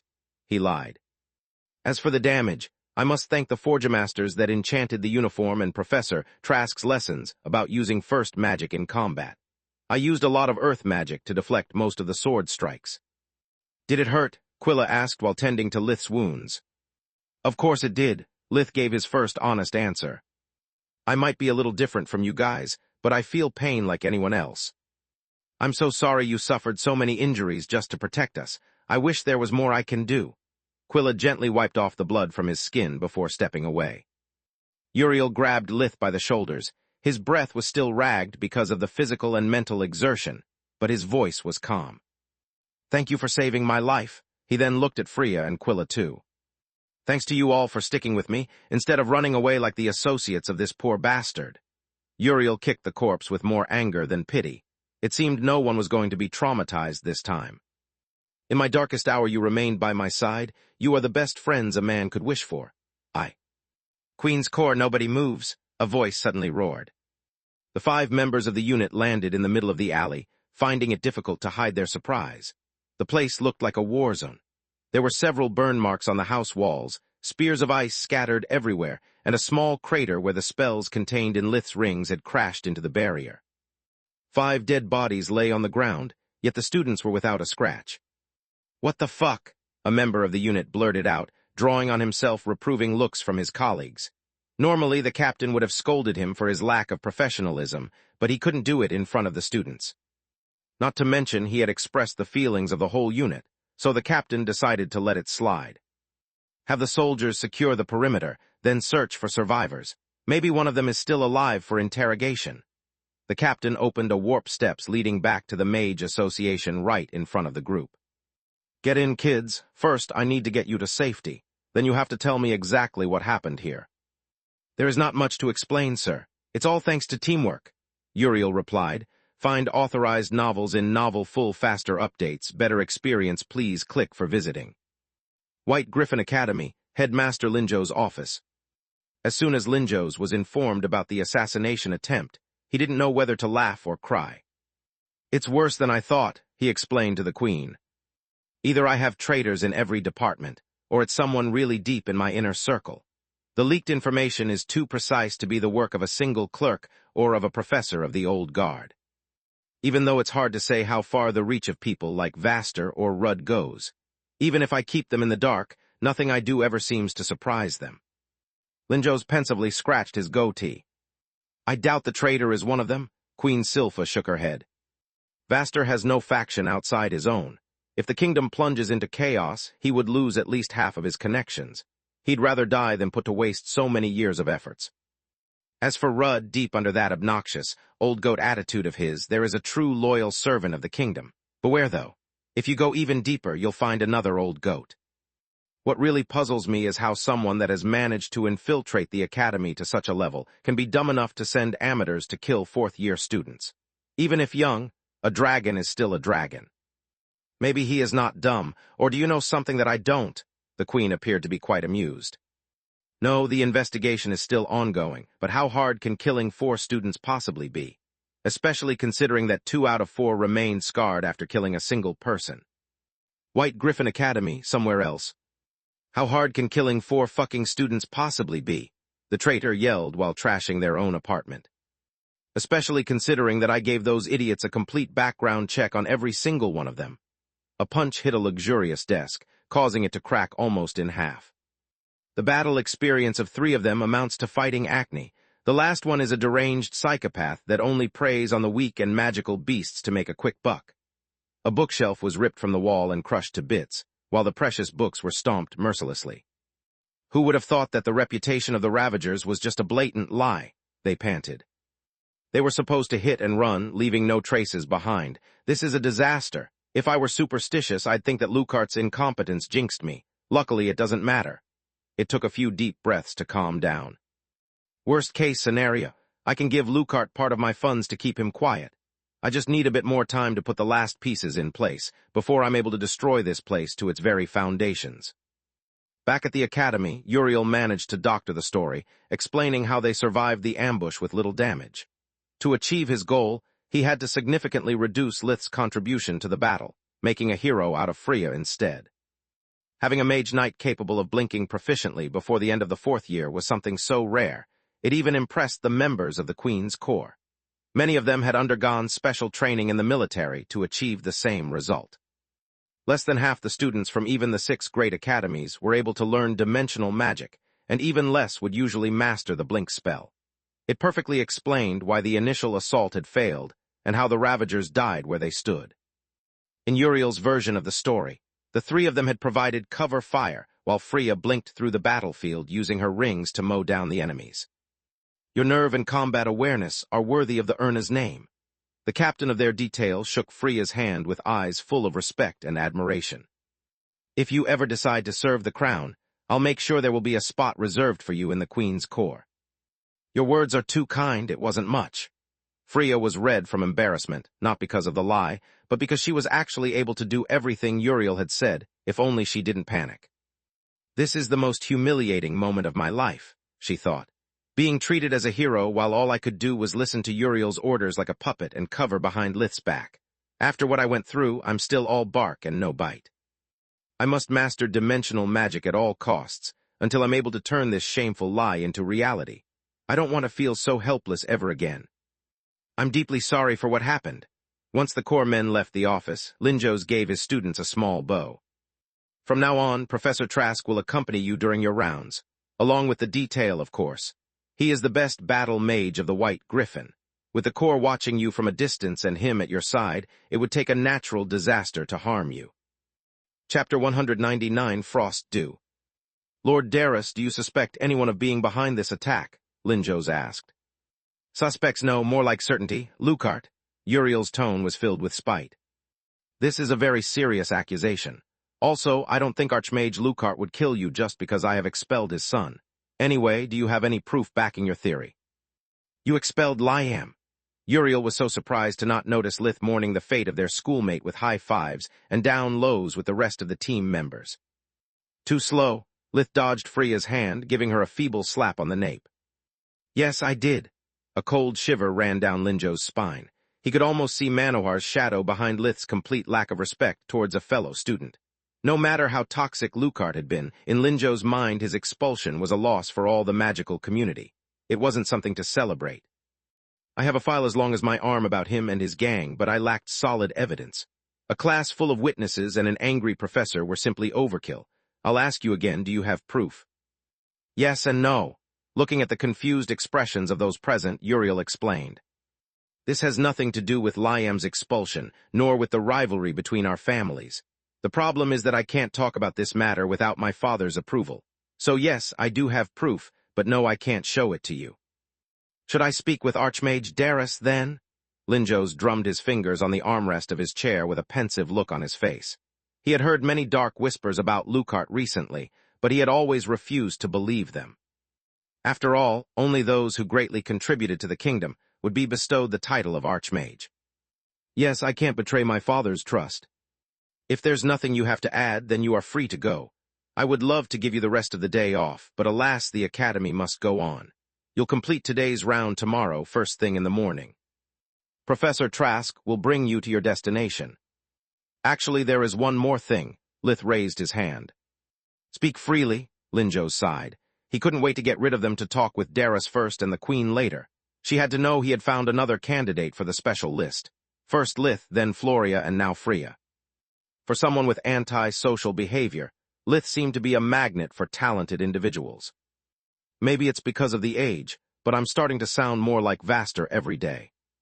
2 of us are still without a ballot. When can we expect the new ones to arrive? Never. The question hit a sore spot, making the headmaster's long face even longer. After the accident in the dimensional magic training hall, I started to suspect there was a traitor among our ranks. After the events occurred during the past months, I'm sure of it. No one outside the healing department could know your destination. I can't let anyone I don't trust blindly near the Academy's power core, especially Forgemasters. It would be too dangerous. A slight alteration of the power core, and the whole castle would become a deadly puppet in the traitor's hand. Linjos hid his face behind his hands in shame. He knew that despite the best efforts of the Academy's staff, many students were going through a rough spot. After the forced break during the plague outbreak, several of them had seen their grades drop. The second exam had only made things worse. Despite the number of students promoted from the second to the third trimester was at an all-time high, the grades average was at an all-time low. Linjos had listened to their stories, and they were all dreadful. Some had failed on purpose, to go unnoticed and have at least a semblance of a peaceful life. Others were being harassed just enough to make their life miserable and were on the verge of a nervous breakdown. Linjos had been forced to choose between their peace of mind and their physical safety, prioritizing the latter. He knew he had failed them, but there was nothing he could do. Hearing those words, Lith could do nothing but sigh. His last excuse had just crumbled. Lith regretted having lost his first occasion to eat in a restaurant without having to worry about the bill. During lunch, Uriel told to Floria the official version of their adventure, before whispering to her the truth. "Thank the gods you are all right. I wish I was there to help you. Did it hurt much?" Floria touched Lith's arm, noticing the small cuts the uniform was still repairing. Lith nodded in reply. It's so odd that both Quilla and Floria almost used the same words, Lith thought. Guess it means they both care for me. I remember that when I was her age and I still lived with my parents, I often suffered from unrequited love. I wish there was something I could do to help her move on. Floria caressed his hand, giving him a warm and fuzzy feeling that Lith hadn't experienced since he was still a newborn in Alina's embrace. It was soothing and pleasant, almost making him lower his guard. Lith hated that moment of vulnerability, so he took back his hand after pretending to have dropped his napkin. During the afternoon, Lith went to the first Forgemastering lesson of the third trimester. He had long waited for that moment to come. Lith had several things he wanted to ask Professor Wainmeyer. Good evening, dear students. It's good to see so many of you back after the second trimester. Usually this time of the year is a bit lonely for me. She gave them a radiant smile that gave Lith the chills. What the heck? First Nalar and now Wainmeyer too? She also seems prettier than before. This makes no sense. Also, I have never seen her smile so much, not even when someone performed a perfect enchanted item. I'm telling you, Solus, something is off. Maybe she too found someone special, but unlike someone I know, she is letting herself go instead of playing impossible to get. Her voice was filled with sarcasm. What makes you think that? The makeup, the jewelry, the smiles. Solus scoffed while pointing out the various details he had missed. She clearly wants to impress someone that makes her feel special. Lith took notice of all the changes, only growing more and more suspicious. Say what you want. I can't believe a person of that age can change so much in a bit more than 10 days. She wasn't like that before the end of the trimester. Find authorized novels in Novel Full Faster Updates. Better experience, please click for visiting. In the last 6 months, you have practiced how to create the most common magical tools, like dimensional items, reinforced clothes, and magic storing rings. All these objects have one thing in common. Despite you needing to cast several spells of all the elements to obtain them, the final sum is 0. None of them has any elemental property, hence they are called neutral items. From today onwards, I'll explain to you how to infuse an object with a single element. Infusing multiple elements has the same requirements of performing multiple enchantments, and will be a subject of the 5th year. She looked sternly at Lith. Clearly she and Nalar had talked. Contrary to what you have learned so far, giving an object elemental properties cannot be done without ingredients. If any of you has some notions of alchemy, you'll notice that this is one of those cases where the two disciplines overlap. But unlike alchemy, where ingredients are necessary to absorb the element and store it for future uses, Forgemastering does the opposite. This happens because alchemical items exploit their own instability to bring out the stronger effect possible. A Forgemaster only aims to create something that can be used endlessly instead. Infusing an object with an element means that the Forgemaster has to purposely alter the balance of their own spell in favor of the chosen element. That would cause the final product to be slowly eroded by the very energies that empower it, until either it crumbles or explodes. To prevent that, an ingredient is needed. For example, if we want to infuse the fire element, we don't need a fire-based magical treasure, but a water one. It acts as a counterweight during the forgemastering process and restores the balance. The stronger the intended effect, the more powerful and rarer the ingredient usually is. I waited for the third trimester to introduce this technique, because even simple enchantments require very expensive natural treasures. There is only so much that you can learn by reading a book. Forgemastering requires a lot of practice to be mastered. That's why the last trimester will be about putting into practice what you have studied so far until it becomes second nature to you.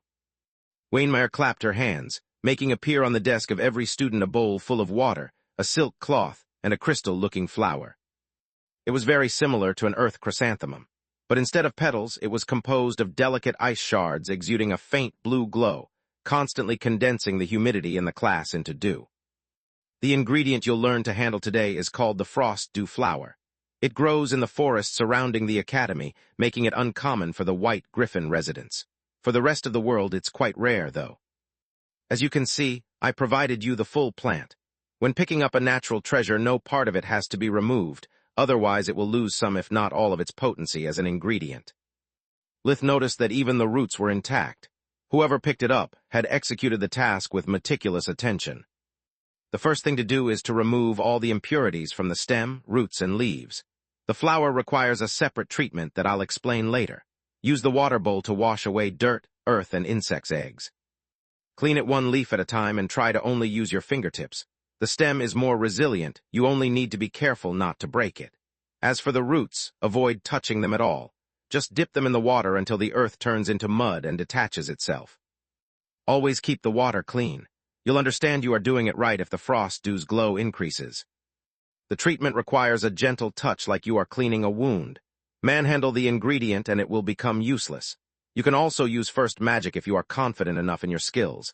If you have any questions, feel free to ask. Otherwise, begin. Removing impurities was second nature to Lith, so he directly used water magic to take control of the water in the bowl and make it gently flow over every centimeter of the plant. As soon as he identified clots of dirt, he would use earth magic to remove them and then added fresh water. Out of curiosity, he used invigoration too, discovering that the flower still had a vigorous mana flow. This reminds me that I have yet to properly examine the magical plants the Dryad gave me as a reward for sparing her sister's life. Sigh, I can't wait for the winter break. I have so many things that need my attention and so little time. The Marchioness had warned him to not show them around, and he had no use for them. With everything he had on his plate, after checking their type, rarity, and market value, Lith had completely forgotten about their existence. Lith could also perceive how the contact with water temporarily revitalized the flower. While the cleaning process was strengthening its mana flow to the point, Lith could see his breath steam. He had initially considered the task a chore, but soon Lith noticed that the ever-growing mana flow was starting to resemble a pseudo-core. Is it possible that if properly nurtured, even a plant can evolve? Maybe that's how dryads are born. Invigoration allows me to see and remove internal impurities. I wonder what would happen if I completely purified it before performing the forgemastering process. It's more than that. Maybe we can use invigoration to artificially grow magical treasures, if not even give birth to plant creatures, Solus pointed out. Lith's scientific curiosity was excited on a new level. He became more and more engrossed in his work, forgetting about everything but achieving perfection. Solus took a mental note of his wish, already picturing Lith's despair when he would realize that every discovery he made would take away more of his free time to be studied. Their list of to-do things was already so long Solus doubted he could even afford to sleep once a month. Lith used the silk cloth to dab the water before calling the professor. Good gods, 10 minutes have yet to pass and you finished already? I can even see hoarfrost on the petals. Someone seems to be a natural. 50 points for achieving so much at the first try. I think this might be a new record for the academy. Lith swallowed a lump of saliva. A stinging sensation at the base of the neck made him raise his head. Every single student was staring at him with eyes brimming with burning hate. Their collective gaze exuded a faint killing intent. Chapter 200, Frost Dew 2. Wainmeyer didn't miss the envious glares, reverting immediately to her old self. She slammed her hand on a desk, producing a deafening sound and drawing the students' attention on her. Instead of wasting your time staring at him, mind your own task. You up there. She pointed to a red-haired girl sitting a couple of desks behind Lith. I said to be delicate with the leaves. Keep up like that and they will crumple. To her defense, she was just clenching her hands in frustration. The problem was she had completely forgotten what she was doing. As for you, Wainmeyer pointed to a slim boy sitting right in front of her. You don't change your water often enough. That way you are not cleaning the frost dew, just moving the dirt from one spot to another. The two students rushed to correct the situation, according to the professor's instructions. I'd like to tell you to keep your cool, that this isn't a competition, but it damn is. Once you graduate, or even better if you graduate, who do you think will buy the creations of a nameless forgemaster? No one but friends, relatives, and the Mage Association. The association will not purchase from you just to provide you some pocket money, but to evaluate the quality of your work and establish its market value. So if you start losing your head while you are still in the academy, you'd better change your specialization. Wainmeyer gave them a few seconds to ponder on her words. Since you have decided on your own to take a break, I'll explain now how to treat the flower. Be sure to pay attention because I will not repeat myself. Under her fierce gaze, the students gently placed their flowers on the silk cloth like it was a priceless gem. Smart move. The flower needs even more care. You can't touch it at all or drench it in the water. You need to drip lukewarm water on each petal, stopping as soon as the external frost layer does not form anymore. Use too much water and you'll melt the petal, too little and the impurities will not be removed. She used Lith's flower to show them the method. Start from the innermost petals and then move towards the outer ones. Otherwise, the dirt dripping from the center will easily ruin your work. After 3 water droplets, Wainmeyer stopped dripping the petal, letting it dry. Just a few seconds later, the class could see that one of the petals seemed to have grown longer, emitting a stronger glow.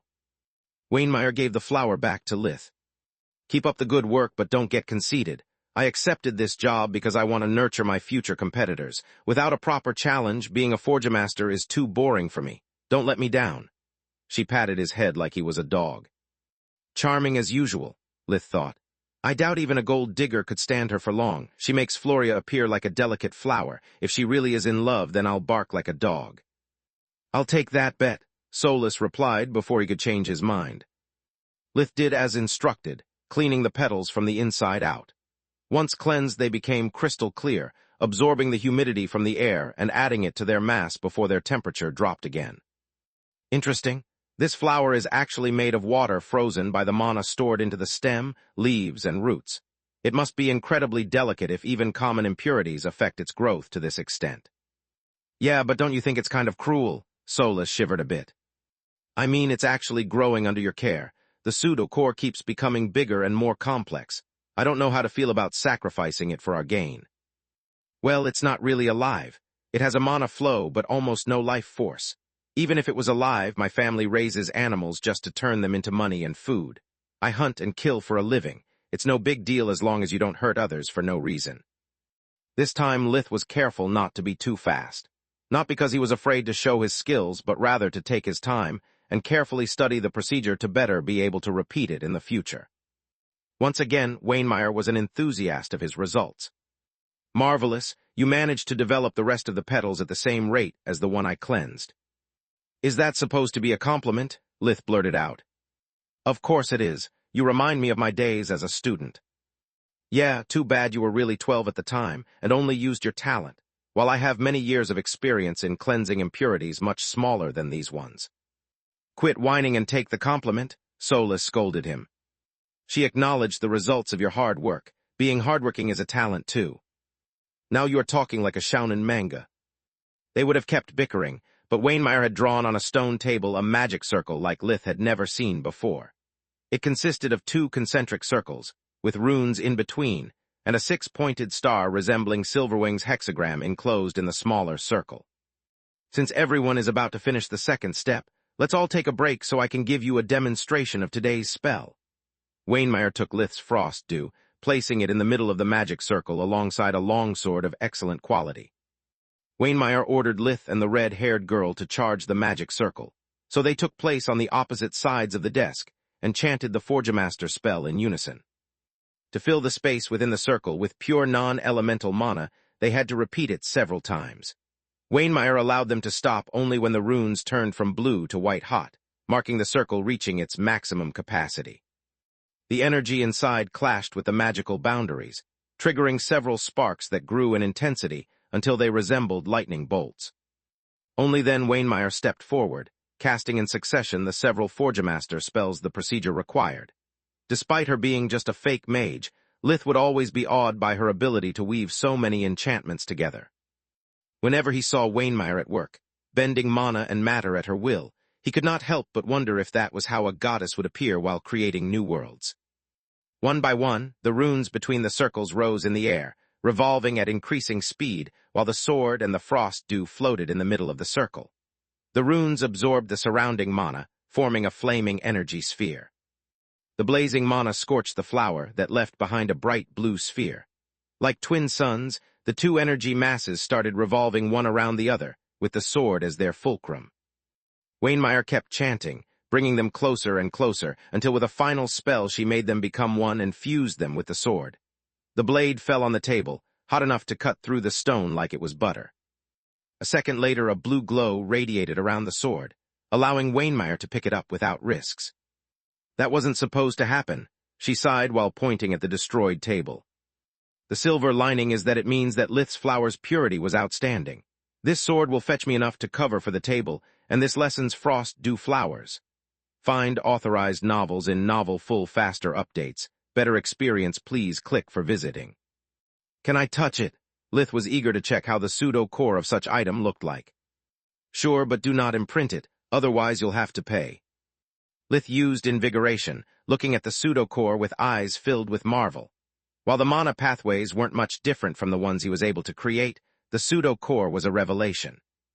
There were actually two of them, overlapping each other almost perfectly. They got it all wrong, Lith was flabbergasted. The ingredients don't restore the balance by simply countering the elemental energies during the enchanting process. They actually pass their pseudo-cores. This means that multiple enchantments require multiple pseudo-cores coexisting in the same item.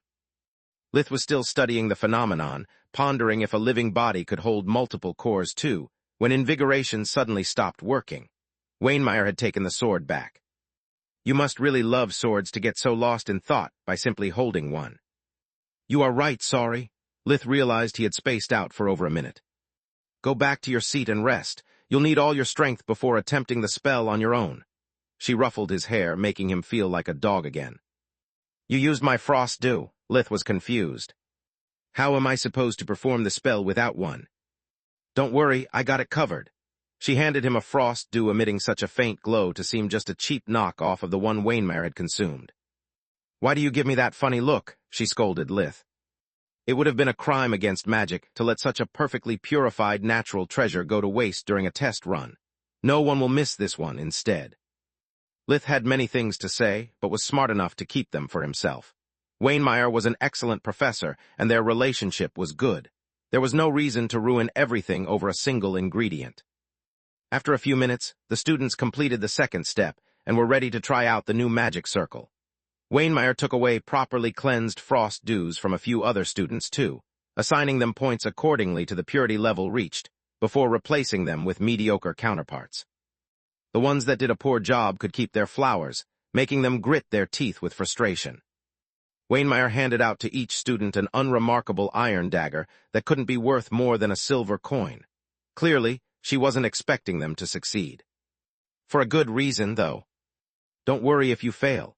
In my experience, infusing elemental properties is much harder than forgemastering a neutral item. It takes a few tries to handle so many spells and two kinds of energies at once. Only special talents like me succeed at the first try. She puffed her chest with pride, making her ample bosom stand out even more. Thank heavens with her personality she has zero charm, otherwise I would have a new crush already, Lith thought. One after the other, his classmates tried and failed. Most botched the procedure during the last steps, making the dagger shatter like glass. Only a few managed to screw up during the initial steps, losing their chanting rhythm and receiving extra homework as punishment. Having helped the professor earlier, Lith and the red-headed girl were last, to give them time to rest. Remembering so many magic words and hand signs was hard. Even if he had them stored in Soluspedia, his hands couldn't afford to stumble, his tongue to stutter or miss even a single accent. That was why every time a student performed their experiment, Lith would chant alongside them, using that time to practice rather than to relax. When Lith's turn came, he was ready. He had even used invigoration to be at peak condition. The words rolled off Lith's tongue. His hands moved non-stop, forming signs and magic seals. Controlling the energy flows was definitely the easiest part for him. With true magic, he was used to weaving even 6 elements at a time. Manipulating just 2 of them was child play, allowing him to focus on the rest of the incantation. During the last spell, the red and blue sphere clashed violently compared to Wainmeyer's execution, emitting a blinding light when they attempted to fuse with the dagger. Another failure, Wainmeyer sighed. Too bad, that was really close, 20 points for an excellent first attempt. Then the dagger fell on the table, piercing through it until only the hilt was visible. Good gods, I was wrong. It's a success. Wainmeyer hugged Lith too close for his comfort, kissing his forehead with excitement. Finally a promising rival. I did it, was all that Lith managed to say. He was so used to failure that success was the most shocking thing that could happen to him. I told you so, you do have talent, Solus rejoiced. Wainmeyer took the dagger out of the stone table, holding it like it was a treasure. Who cares about the sword? This is much more important. Wainmeyer took out from her dimensional amulet a golden liquid, inscribing on the surface of the blade Lith's name, the date, and her name before handing it to him. Raise that 20 points to 50. It's no attempt, it's a success. She screamed, almost deafening the clerk on the other side of the communication amulet.